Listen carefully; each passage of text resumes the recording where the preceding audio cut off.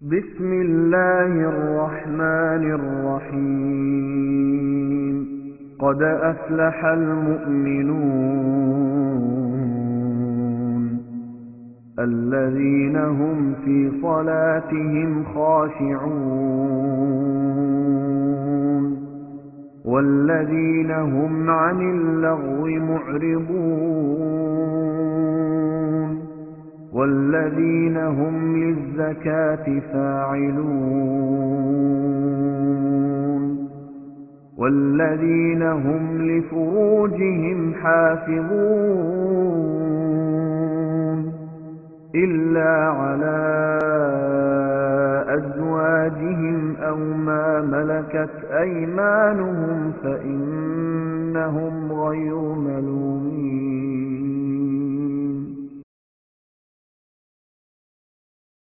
أعوذ بالله من الشيطان الرجيم.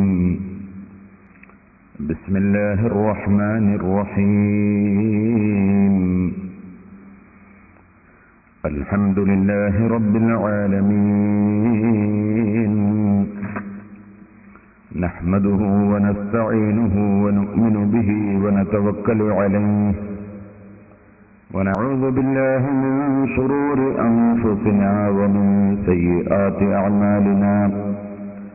من يهده الله فلا مضل له ومن يضلل فلا هادي له. نشهد أن لا إله إلا الله ونشهد أن محمدا عبده ورسوله.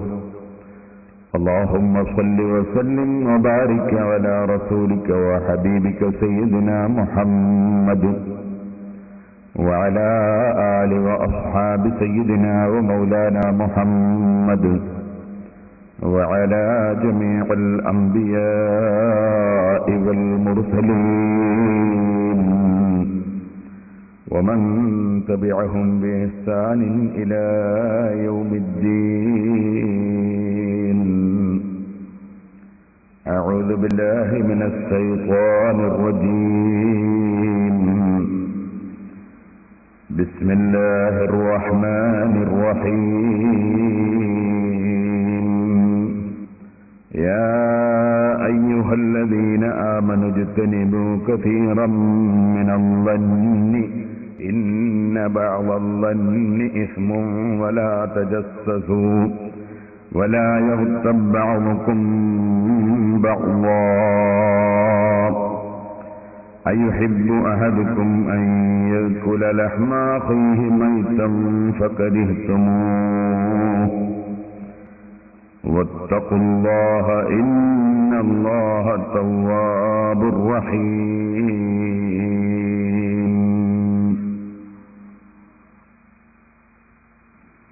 صدق الله العلي العظيم.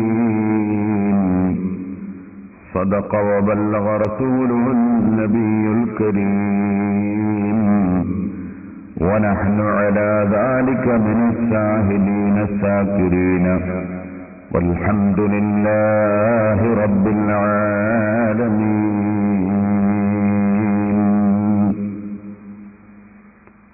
يا رب صل على من حل بالحرم طه الرسول الذي قد خص بالكرم. يا رب بالمصطفى بلغ مقاصدنا واغفر لنا ما مضى يا واسع الكرم.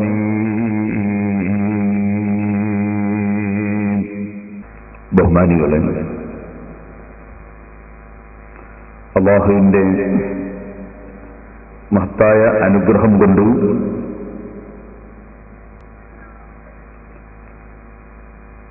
നാം സംസാരിച്ചു വന്ന വിഷയം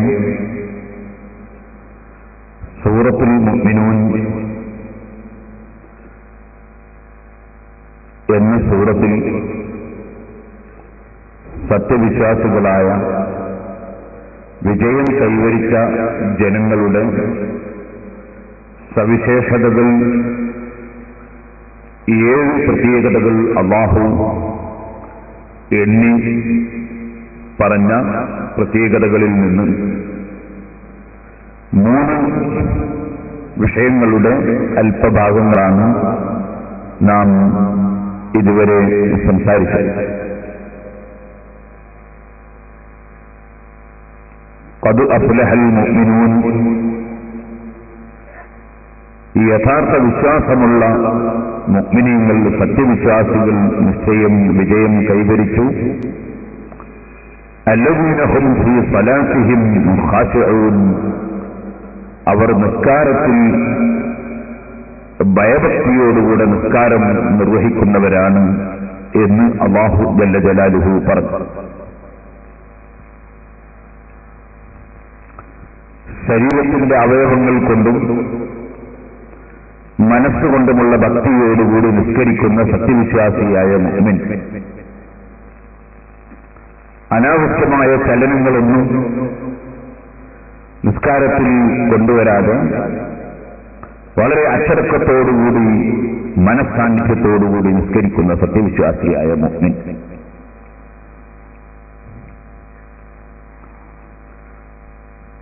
അതോടുകൂടി അല്ലാഹു ജല്ല ജലാലുഹു വല്ലദീന ഹും അനിൽ ലഗ്വി മുഅ്രിദൂൻ, അനാവശ്യങ്ങളിൽ നിന്ന് അകന്നു നിൽക്കുന്നവരും ആണ് അവർ എന്ന് അവരെ വിശേഷിപ്പിച്ചുകൊണ്ട് പറഞ്ഞു.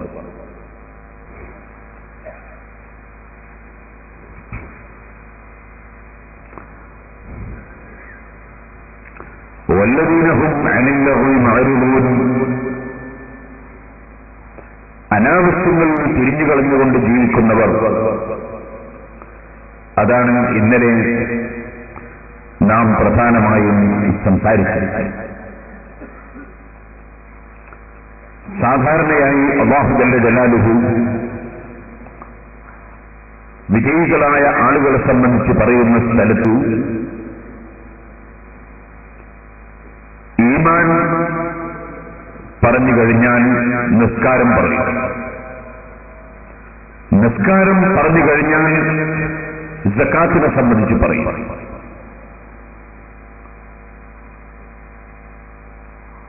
الذين يؤمنون بالغيب ويقيمون الصلاة എന്ന് അല്ലാഹു സുബ്ഹാനഹു വ തആല പറഞ്ഞതിന് ശേഷം വമിമ്മാ റസഖ്നാഹും യുൻഫിഖൂൻ, നമ്മൾ നൽകിയതിൽ നിന്ന് ചെലവഴിക്കുന്നവർ എന്നിങ്ങനെ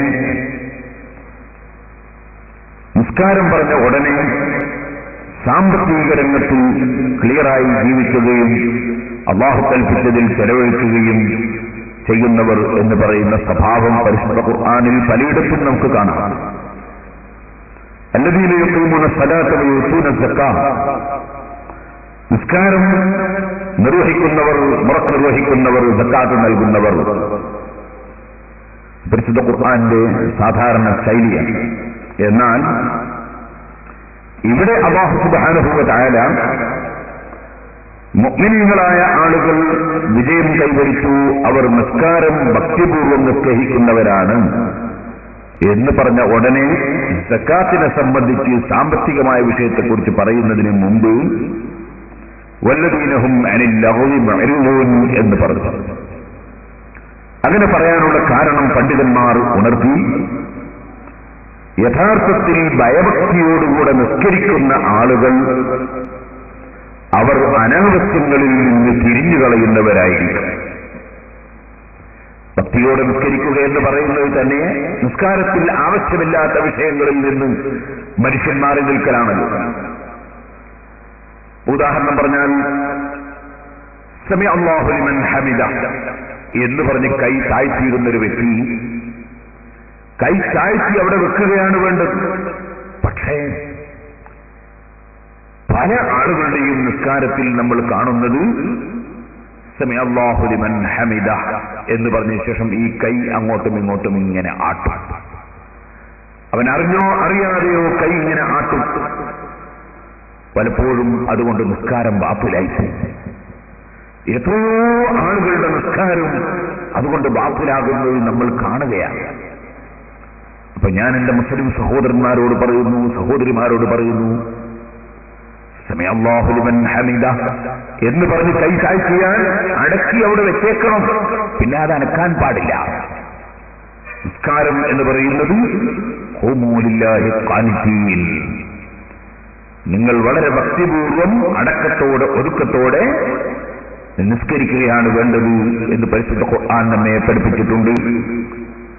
നിസ്കാരത്തിൽ പഠിപ്പിക്കപ്പെട്ട പ്രാർത്ഥനകൾ നടത്തണം. അതിൽ ഖുനൂത്ത് എന്ന പേരിൽ അറിയപ്പെടുന്ന പ്രാർത്ഥനയും ഉണ്ട്. അതും ഈ ആയത്തിന്റെ പരിധിയിൽ വരും എന്ന് മുഫസ്സിറുകളിൽ പലരും പറഞ്ഞിട്ടുണ്ട്. ഏതായിരുന്നാലും ഭക്തിയോടുകൂടെ നിസ്കരിക്കുന്നവൻ അവൻ അനാവശ്യങ്ങളിൽ തിരിഞ്ഞുകൊണ്ട് ജീവിക്കുന്നവൻ. ഇന്നെല്ലാം നമ്മുടെ ജീവിതത്തിൽ ആവശ്യമില്ലാത്ത ഹറാമും കറാഹത്തുമായ വിഷയങ്ങളും പലപ്പോഴും അനുവദനീയമാണെങ്കിലും ആവശ്യമില്ലാത്തതായി കാണുന്ന വിഷയങ്ങളും കൈയൊഴിക്കണമെന്നാണ് ഈ ആയത്ത് പഠിപ്പിക്കുന്നതെന്ന് വിശദമായി വിശദീകരിച്ചിട്ടുണ്ട്.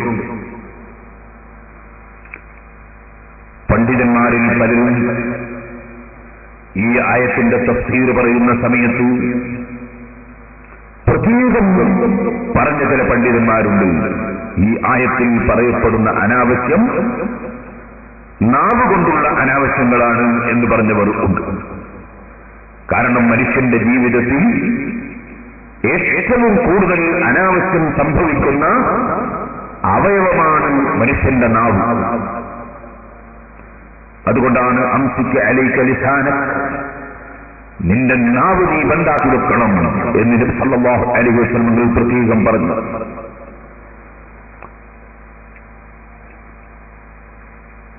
ഓ നബിയേ,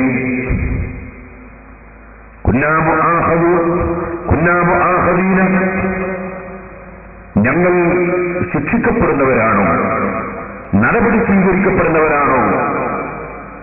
ബിമാ നതകല്ലമു ബിഹി, ഞങ്ങൾ സംസാരിക്കുന്നതിന്റെ പേരിൽ ഞങ്ങളെ ശിക്ഷിക്കുമോ എന്ന് ചോദിച്ചപ്പോൾ അവിടുന്ന് പറഞ്ഞത്, ഏതൊരു മനുഷ്യനെയും ലാ യഖിബു الناس في النار على مناخرهم أو على وجوههم إلا حصائد ألسنتهم هل يقب الناس, മനുഷ്യരെ മുഖം കുത്തി തള്ളിയിടുന്നതെന്താണ്? അല്ലാഹുവിന്റെ ഭയാനകമായ നരകത്തിൽ മനുഷ്യനെ മുഖം കുത്തി തള്ളിയിടുന്നത്, മൂക്കുത്തി തള്ളിയിടുന്ന വിഷയം ഇല്ലാ ഹസാഇദു അൽസിനതിഹിം, അവരുടെ നാവ് കൊണ്ട് സംസാരിക്കുന്ന സംസാരങ്ങളാണ്, നാവ് കൊണ്ട് കൊയ്തിടുന്ന കഥകളാണ് എന്നാണ് നബി സല്ലല്ലാഹു അലൈഹി വസല്ലം തങ്ങൾ അതിനെ സംബന്ധിച്ച് പറഞ്ഞത്. അപ്പൊ ഏറ്റവും കൂടുതൽ വിജയം കൈവരിക്കാൻ ആഗ്രഹിക്കുന്ന, സ്വർഗം ലഭിക്കാൻ ആഗ്രഹിക്കുന്ന മനുഷ്യൻ ഏറ്റവും കൂടുതൽ ശ്രദ്ധിക്കേണ്ട അവയവമാണ് മനുഷ്യന്റെ നാവ്. കളവ് പറയുക മോമിനായ മനുഷ്യന് ഒരിക്കലും ചേർന്നതല്ല. നബി സല്ലല്ലാഹു അലൈഹി വസല്ലം തങ്ങളോട് ഒരാൾ ചോദിച്ചു, നബിയെ, മുഅ്മിനായ മനുഷ്യൻ വ്യഭിചരിക്കുമോ? അവിടുന്ന് പറഞ്ഞു, ഒരു ദുർബല നിമിഷത്തിൽ അങ്ങനെ ഒരു വ്യഭിചാരം ഒരു മുഅ്മിനായ മനുഷ്യന്റെ ജീവിതത്തിൽ സംഭവിച്ചുകൂടത്തമില്ല. നമുക്കറിയാമല്ലോ, മഹാനായ മാഇസ് റളിയല്ലാഹു അൻഹു ഒരു ദുർബല നിമിഷത്തിൽ വ്യഭിചാരക്കുറ്റം ചെയ്തുപോയി. പക്ഷേ മനസ്സിന്റെ അടിത്തട്ടിൽ വളരെ ഖേദിച്ച് അല്ലാഹുവിലേക്ക് ഖേദിച്ച് മടങ്ങി മഹാനവറുകളെ എറിഞ്ഞുകൊണ്ടിട്ടെങ്കിലും എന്റെ പാപം പൊറുക്കണമെന്ന് ആഗ്രഹിച്ചു. അതിനുവേണ്ടി അവിടുന്ന് അങ്ങോട്ട് പറഞ്ഞ് ആവശ്യപ്പെട്ടു.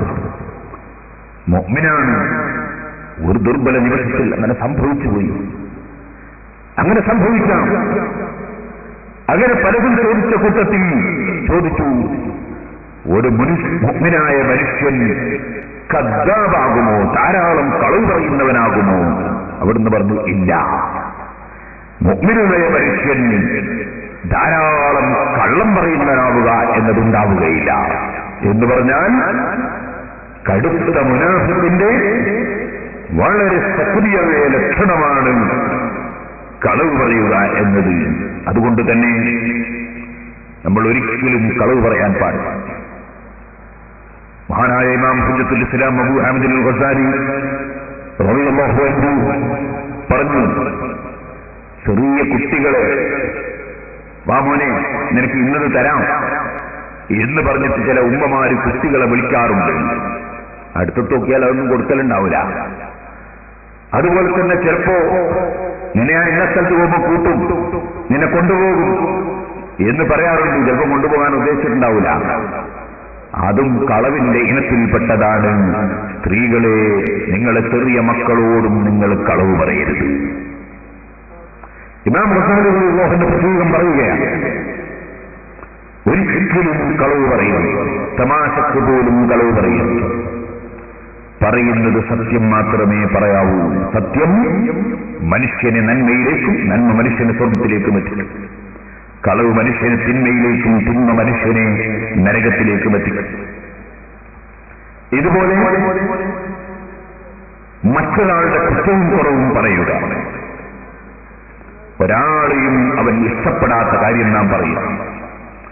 ഇഷ്ടപ്പെടാത്തത് പറയുന്നതിനാണ് ഗീബത്ത് എന്ന് പറയുന്നത്. അത് പറയുന്നത് ഉള്ളതാണെങ്കിലോ ഉള്ളത് പറയുന്നതിന് തന്നെയാണ് ഗീബത്ത് എന്ന് പറയുന്നത്. ഇല്ലാത്തത് പറയുന്നതിന്റെ പേര് കളവ് പറയുക എന്നാണ്.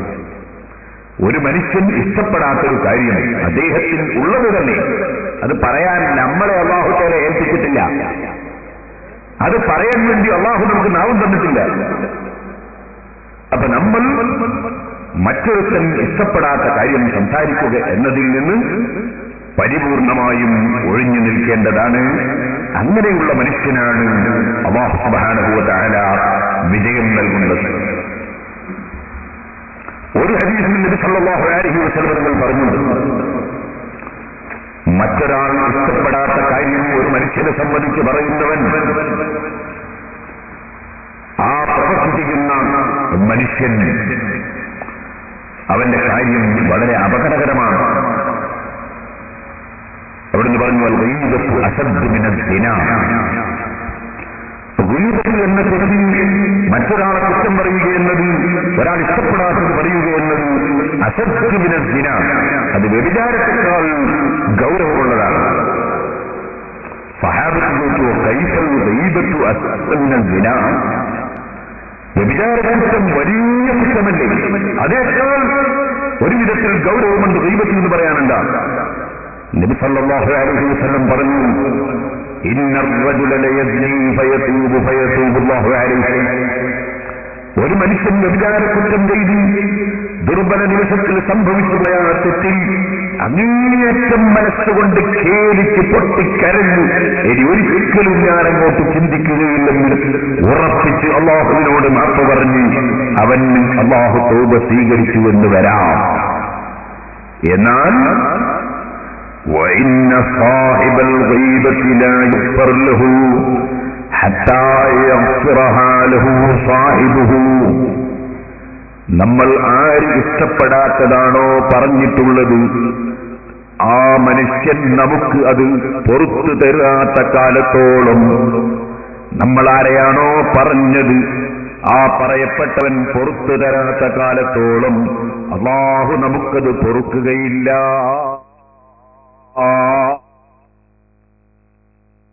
തന്നെ വിജയം കൈവരിക്കണമെന്ന് ആഗ്രഹിക്കുന്ന സഹോദരിമാരെ, സഹോദരന്മാരെ, ഒരിക്കലും മറ്റൊരാൾ ഇഷ്ടപ്പെടാത്ത വാക്ക് നമ്മുടെ നാവ് കൊണ്ട് സംസാരിക്കാൻ നാം നിൽക്കരുത്.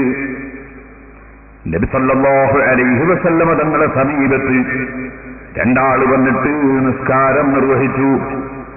രണ്ടുപേരും നോമ്പുകാരായിരുന്നു. നബി സല്ലല്ലാഹു അലൈഹി വസല്ലമ തങ്ങൾ അവരുടെ നിസ്കാരം കഴിഞ്ഞപ്പോൾ നബി സല്ലല്ലാഹു അലൈഹി വസല്ലമ തങ്ങൾ പറഞ്ഞു, ഈദാ വുദൂഅകുമാ വസലാതകുമാ വംദിയാ ഫീ സൗമികുമാ വഖദിയാഹു യൗമൻ ആഖർ. നിങ്ങൾ രണ്ടുപേരും നിങ്ങളെ വുദൂ ഒന്ന് മടക്കിയെടുക്കണം, നിങ്ങളുടെ നിസ്കാരവും മടക്കി നിസ്കരിക്കണം, നിങ്ങളുടെ നോമ്പ് അങ്ങനെ തന്നെ നിങ്ങൾ പൂർത്തീകരിക്കണം. പക്ഷേ ആ നോമ്പ് മറ്റൊരു ദിവസം ഖളാ വീട്ടുകയും വേണം. നിങ്ങൾ വുദൂവും മടക്കണം, നിസ്കാരവും മടക്കണം. അതിന്റെ പുറമെ ഈ നോമ്പ് നിങ്ങൾ ഇങ്ങനെ തന്നെ പൂർത്തീകരിക്കണം. പിന്നീട് ഈ നോമ്പ് ഖളാ വീട്ടുകയും വേണം. അവര് ചോദിച്ചു, ലിമ യാ റസൂലല്ലാഹ്, എന്തിനാണ് ഞങ്ങൾ വുദൂ മാറ്റി എടുക്കുന്നത്? എന്തിനാണ് നിസ്കാരം മാറ്റി നിർവഹിക്കുന്നത്? എന്തിനാണ് നോമ്പ് വീണ്ടും എടുക്കുന്നത്? ഖാല യസ്തബ്തും ഫുലാനൻ, നിങ്ങൾ ഒരു വ്യക്തിയെ ഗീബത്ത് പറഞ്ഞിട്ടുണ്ട്, ഒരു വ്യക്തി ഇഷ്ടപ്പെടാത്ത കാര്യം നിങ്ങൾ പറഞ്ഞിട്ടുണ്ട്, അതുകൊണ്ട് നിങ്ങളെ വുദൂ നിങ്ങൾ മാറ്റണം, നിസ്കാരം മാറ്റണം, നോമ്പ് മറ്റൊരു ദിവസം എടുക്കണം, ഈ നോമ്പ് പൂർത്തീകരിക്കുകയും വേണം. സഹോദരന്മാരെ, എന്താണ് ഇതിന്റെ ഗൗരവം? മിസ്കാത്ത് പോലുള്ള ഹദീസിന്റെ ഗ്രന്ഥങ്ങളിൽ നമുക്കത് കാണാം. വളരെ ഗൗരവമേറിയ വിഷയമാണ്. മറ്റൊരാളുടെ കുറ്റം പറയുക എന്നത് അതെന്റെ ജീവിതത്തിൽ ഉണ്ടാവുകയില്ലെന്ന് പ്രതിജ്ഞയെടുത്ത് ജീവിക്കണം. നമുക്ക് അല്ലാഹു സുബ്ഹാനഹു വ തആല തരുന്ന വലിയ ഭാഗ്യമാണ്. നമ്മുടെ ദോഷത്തെ സംബന്ധിച്ച്, ന്യൂനതയെ സംബന്ധിച്ച് നമുക്ക് ചിന്തിക്കാൻ സാധിക്കുകയെന്നത്, നമ്മുടെ ന്യൂനതയെ സംബന്ധിച്ച് ധാരാളം ചിന്തിക്കുക, അതെങ്ങനെ എനിക്ക് പരിഹരിക്കാൻ സാധിക്കുമെന്ന് ആലോചിക്കുക. അതാണ് ആഖിറം രക്ഷപ്പെടുത്താൻ ഉദ്ദേശിക്കുന്ന മനുഷ്യന്റെ സ്വഭാവം. നിങ്ങൾ കണ്ടില്ലേ, സാലിഹീങ്ങളായ മഹാന്മാർ നമ്മെ ഉപദേശിച്ചു, ഓ ജനങ്ങളെ, സാധാരണ ജനങ്ങൾ 6 കാര്യം കൊണ്ട് സാധാരണ ജോലിയാകുന്നവരാണ്. നിങ്ങൾ ആഖിറം ചിന്തിക്കുന്നവരാണെങ്കിൽ മറ്റൊരു കാര്യം നിങ്ങളും മുറുകെ പിടിക്കണം. അതെന്താണ്? ഇദസ്തഗലന്നാസു ബികസറത്തിൽ അമാലി ഫസ്തഗിലൂ അൻതും ബിഹുസ്നിൽ അമാൽ.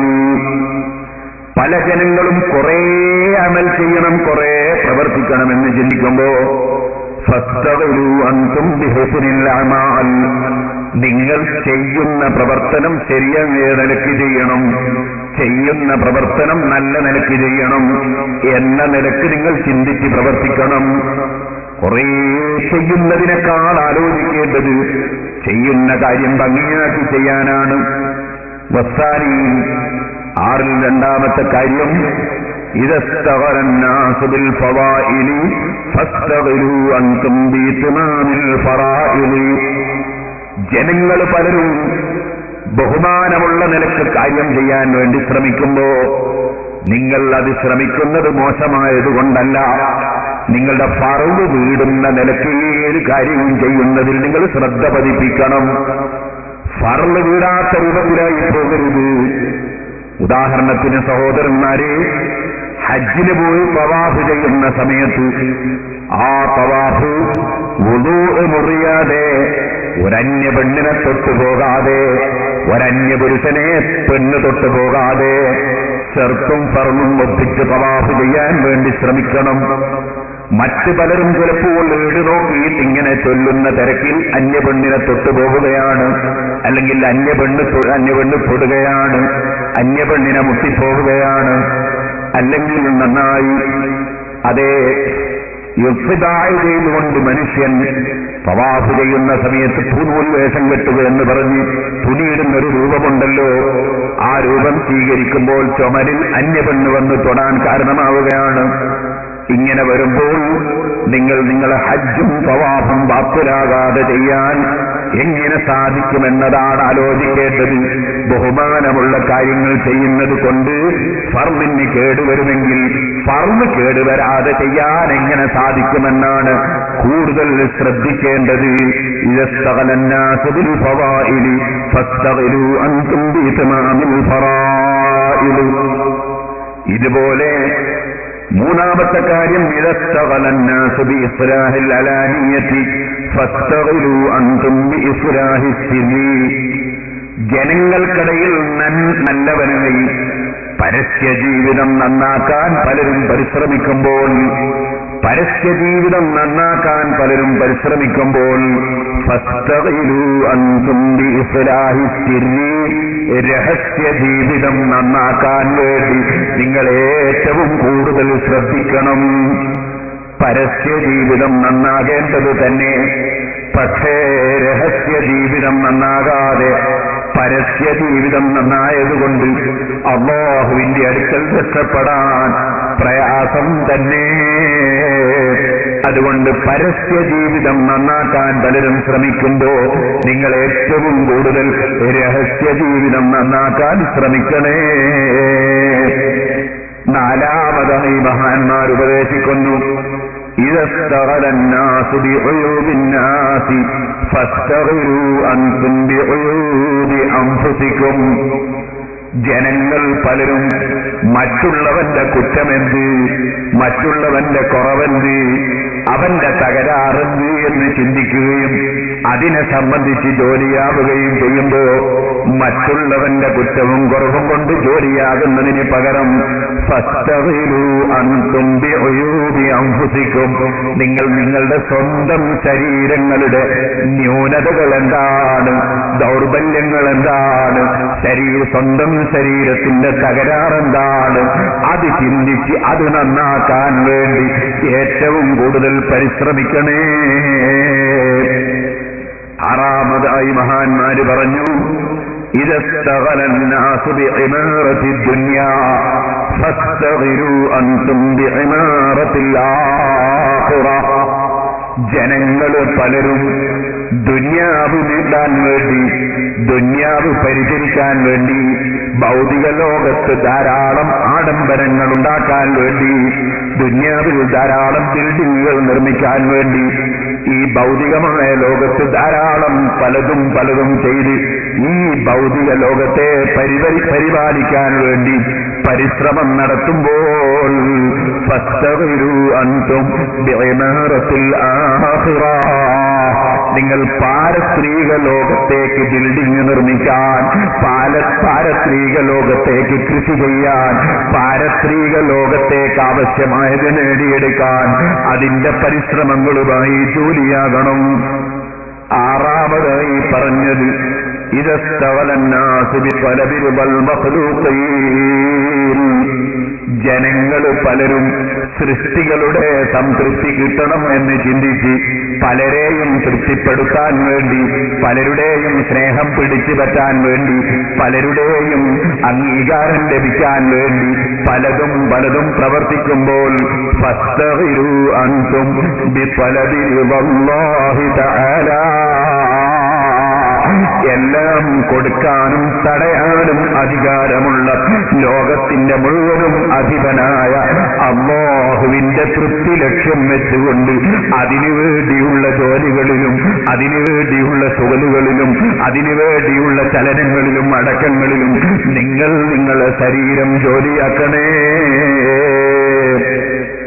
സാലിഹീങ്ങളായ മഹാന്മാരുടെ ഉപദേശമാണ്. ഈ ഉപദേശം നമ്മുടെ ഹൃദയത്തിൽ എപ്പോഴും ഓർമ്മ വേണം. ഞാനെപ്പോഴും ചിന്തിക്കേണ്ടത് എന്റെ കുറ്റവും കുറവുമാണ്, അത് പരിഹരിക്കാൻ എന്റെ ചിന്ത സാധിക്കുമെന്നതാണ്.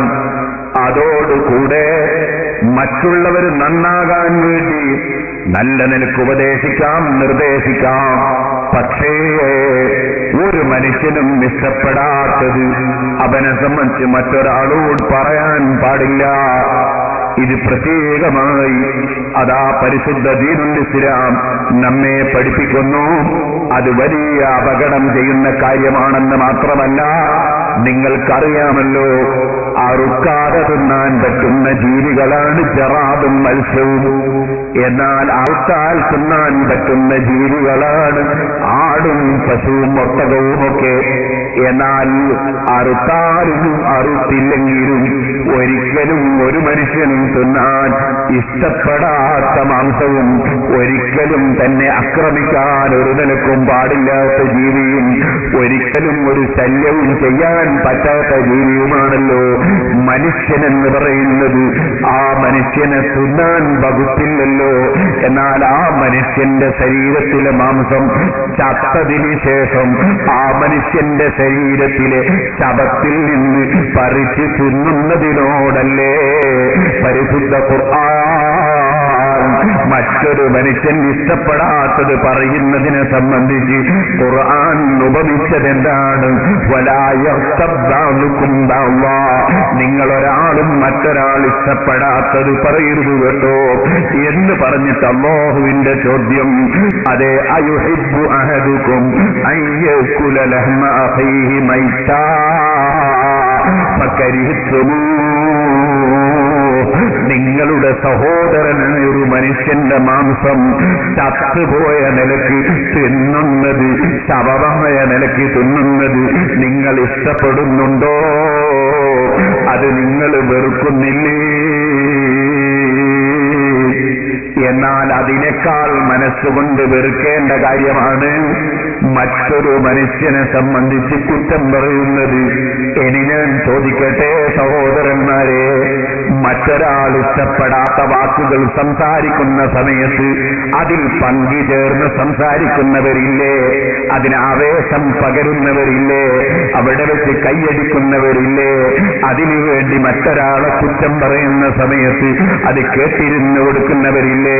വാസ്തവത്തിൽ മറ്റൊരു മനുഷ്യന്റെ ശവം തിന്നുന്ന സമയത്ത് അതിൽ ഭാഗവാക്കാകുന്ന പ്രവർത്തനമല്ലേ ഗീബത്ത് പറയുന്ന സദസ്സിലിരിക്കുന്നവൻ ചെയ്യുന്നത്? ഇതിനേക്കാൾ വലിയൊരു തെറ്റായ കാര്യവും ഇത്രയും മോശമായൊരു കാര്യവും വേറെ പറയേണ്ടതുണ്ടോ? കേട്ടിട്ടില്ലേ സഹോദരന്മാരെ? മഹാനായ അഷ്റഫുൽ ഖൽഖ് ത്വാഹ മുഹമ്മദുർ റസൂലുള്ളാഹി സല്ലല്ലാഹു അലൈഹി വസല്ലം തങ്ങൾക്ക് ഈ ആയത്തിറങ്ങാൻ തന്നെ കാരണമെന്തായിരുന്നു? പണക്കാരും ഐശ്വര്യമുള്ളവരുമായ ജനങ്ങളുടെ കൂടെ പാവപ്പെട്ട ആളുകളെയും കൂടി പറഞ്ഞേച്ചു കൊടുത്തുകൊണ്ട് ഐശ്വര്യക്കാരായ ആളുകളുടെ ഭക്ഷണം പാകം ചെയ്യുകയും അതുപോലെ അവർക്ക് വേണ്ട ഒത്താശകൾ ചെയ്തു കൊടുക്കുകയും ചെയ്യുന്ന പാവപ്പെട്ട മനുഷ്യന്, പാവപ്പെട്ട സഹാബിക്ക് ഭക്ഷണം നൽകാൻ ഐശ്വര്യമുള്ളവരെ ഏൽപ്പിക്കുന്നൊരു പതിവ് നബി സല്ലല്ലാഹു അലൈഹി വസല്ലം തങ്ങൾക്കുണ്ടായിരുന്നു. അങ്ങനെ മഹാനായ സൽമാനുൽ ഫാരിസി റളിയല്ലാഹു അൻഹു മദീന നിവാസിയല്ലല്ലോ. സൽമാനുൽ ഫാരിസി റളിയല്ലാഹു അൻഹുവിനെ അതാ രണ്ട് സഹാബികളുടെ കൂടെ നബി സല്ലല്ലാഹു അലൈഹി വസല്ലം തങ്ങൾ അയച്ചു കൊടുത്തു. അവർ രണ്ടാളും ഒരു യാത്രയിൽ മഹാനായ സൽമാനുൽ ഫാരിസി റളിയല്ലാഹു അൻഹുവിന്റെ കൂടെ പോയി. ഭക്ഷണം പാകം ചെയ്യാനുള്ള ഉത്തരവാദിത്വം ഏറ്റെടുത്തത് സൽമാൻ റളിയല്ലാഹു അൻഹുവാണ്. പക്ഷേ മഹാനവറുകൾ ഭക്ഷണം പാകം ചെയ്യാതെ അന്നത്തെ ദിവസം ക്ഷീണത്തോടെ ഉറങ്ങിപ്പോയി. സുബ്ഹാനല്ലാഹ്, ഭക്ഷണം ആവശ്യമായ സമയം നോക്കുമ്പോ ഭക്ഷണം അവരുടെ കൈവശത്തിലില്ല. സൽമാനുൽ ഫാരിസി റളിയല്ലാഹു അൻഹുവിന് ഭക്ഷണം കൊടുക്കാൻ സാധിച്ചില്ല. ഞാൻ ഉറങ്ങിപ്പോയി എന്നുള്ളതുപോലെ വിവരമെന്ന് പറഞ്ഞു. ആ സമയത്ത് മഹാനായ സൽമാനുൽ ഫാരിസി റളിയല്ലാഹു അൻഹുവിനോട് അവർ പറഞ്ഞു, എന്നാൽ നിങ്ങൾ നേതാവായ നബി സല്ലല്ലാഹു അലൈഹി വസല്ലമ തങ്ങളെ കണ്ടൊരൽപ്പം ഭക്ഷണത്തിന് ആവശ്യപ്പെടണം. നബി സല്ലല്ലാഹു അലൈഹി വസല്ലമ തങ്ങളുടെ സമീപത്തേക്ക് സൽമാൻ റളിയല്ലാഹു അൻഹു ചെന്നു. അല്ലാഹുവിന്റെ റസൂല് പറഞ്ഞു, ഉസാമത്ത് ബിൻ സെയ്ദ് അദ്ദേഹമാണ് അതാ സ്റ്റോർ കീപ്പറായി ഭക്ഷണം പാകം ചെയ്യുകയും ഭക്ഷണം വിതരണം ചെയ്യുകയും ചെയ്യുന്ന സ്ഥലത്ത് ക്യാന്റീനിന്റെ ഉത്തരവാദിത്വമുള്ളത് ബഹുമാനപ്പെട്ടവർക്കാണ്. ആ ഉസാമത്തിനോട് പോയി ഭക്ഷണമുണ്ടോ എന്ന് നിങ്ങൾ ചോദിക്കൂ. മഹാനായ സൽമാനുൽ ഫാരിസി റളിയല്ലാഹു അൻഹു ഭക്ഷണവും അതുപോലെ കഴിക്കുന്ന ഭക്ഷണത്തിന് കൂട്ടാനുമായി വല്ലതും അവിടെ ഉണ്ടെങ്കിൽ അദ്ദേഹം തരുമെന്ന് പറഞ്ഞപ്പോ മഹാനായ സൽമാൻ റളിയല്ലാഹു അൻഹു അങ്ങോട്ട് ചെന്നു. ചെന്നപ്പോൾ ഉസാമ റളിയല്ലാഹു അൻഹു പറഞ്ഞു, ഇവിടെ ഒന്നും ബാക്കിയില്ല, നിങ്ങൾക്ക് നൽകാൻ ഇവിടെ ഭക്ഷണമൊന്നും ബാക്കിയില്ല. സൽമാനുൽ ഫാരിസി റളിയല്ലാഹു അൻഹു അവിടുന്ന് മടങ്ങി വന്നിട്ട് പറഞ്ഞു, ഇല്ല, അവരുടെ അടുക്കൽ ഭക്ഷണം ഇല്ല. നബി സല്ലല്ലാഹു അലൈഹി വസല്ലം തങ്ങളുടെ അടുക്കൽ ഭക്ഷണം ഇല്ല. സുബ്ഹാനല്ലാഹ്. ആ സമയത്ത് ഈ രണ്ടാളുകളും പറഞ്ഞു, ഉസാമ ഉണ്ടായിട്ട് തരാഞ്ഞിട്ടാണ്, അല്ലാഹുവിന്റെ റസൂൽ കാരുണ്യത്തോടെ തരാൻ പറഞ്ഞതാണ്, എന്നിട്ട് ഓഫീസിലുള്ള ആള് കൊടുക്കാഞ്ഞിട്ടാണ്.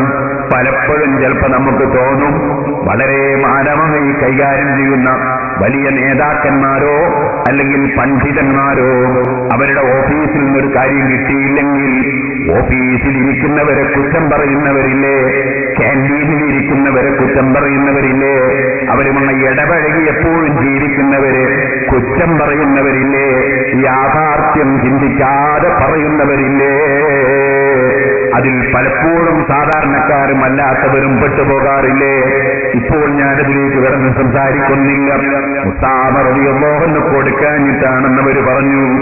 അപ്പൊ മഹാരാജ സൽമാനുൽ ഫാരിസി തങ്ങളോട് ഇവര് രണ്ടുപേരും പറഞ്ഞു, നിങ്ങളെന്നാൽ ഏതെങ്കിലും സഹാബികളുടെ കയ്യിൽ വല്ല ഭക്ഷണവുമുണ്ടോ എന്നൊന്ന് നോക്കൂ. ബഹുമാനപ്പെട്ടവർ പലരുടെയും സമീപത്തേക്ക് ചെന്ന് നോക്കൂ. ഒരു സ്ഥലത്തു നിന്നും ഭക്ഷണം കിട്ടാതെയായപ്പോ ഇവര് സൽമാനുൽ ഫാരിസി റളിയല്ലാഹു അൻഹുവിനോട് പറഞ്ഞു, ലൗ ബഅസ്നാക ഇലാ ബിഇരിൻ സംഹത്തിൻ ലഗാറ മാഉഹാ. സൽമാനെ, നന്നായി ഉറക്കുന്ന കിണറ്റിന്റെ സമീപത്തേക്ക് വെള്ളമെടുക്കാൻ നിന്നെ പറഞ്ഞേച്ചാൽ നീയാണ് പോകുന്നതെങ്കിൽ കിണറ്റിലെ വെള്ളവും പറ്റിപ്പോകും. നീ അങ്ങനത്തെ ഒരാളാണ്. എവിടെ ചെന്നാലും നിന്നെ പറഞ്ഞേച്ചാൽ ഒന്നും കിട്ടൂല. നന്നായി ഉറവുള്ള കിണറാണെങ്കിലും നീ ചെന്നാൽ ആ ഉറവും പറ്റിപ്പോകും. അങ്ങനത്തെ ഒരു മനുഷ്യനാണ് നീ എന്നങ്ങ് പറഞ്ഞു. സുബ്ഹാനല്ലാഹ്, എന്തൊരു വേദന തോന്നിയിട്ടുണ്ടാകും സൽമാൻ റളിയല്ലാഹു അൻഹുവിന്റെ മനസ്സിന്. പിന്നീട് ഈ രണ്ട് കക്ഷികളും ഇറങ്ങിയിട്ട് അതാ ഉസാമയുടെ അടുക്കൽ, അതാ ഭക്ഷണത്തിന്റെ സ്റ്റോർ കീപ്പറുടെ അടുക്കൽ ഭക്ഷണമുണ്ടോ എന്ന് മെല്ലെ എത്തി നോക്കാനും ചുഴന്നന്വേഷിച്ച് നോക്കാനും തുടങ്ങി.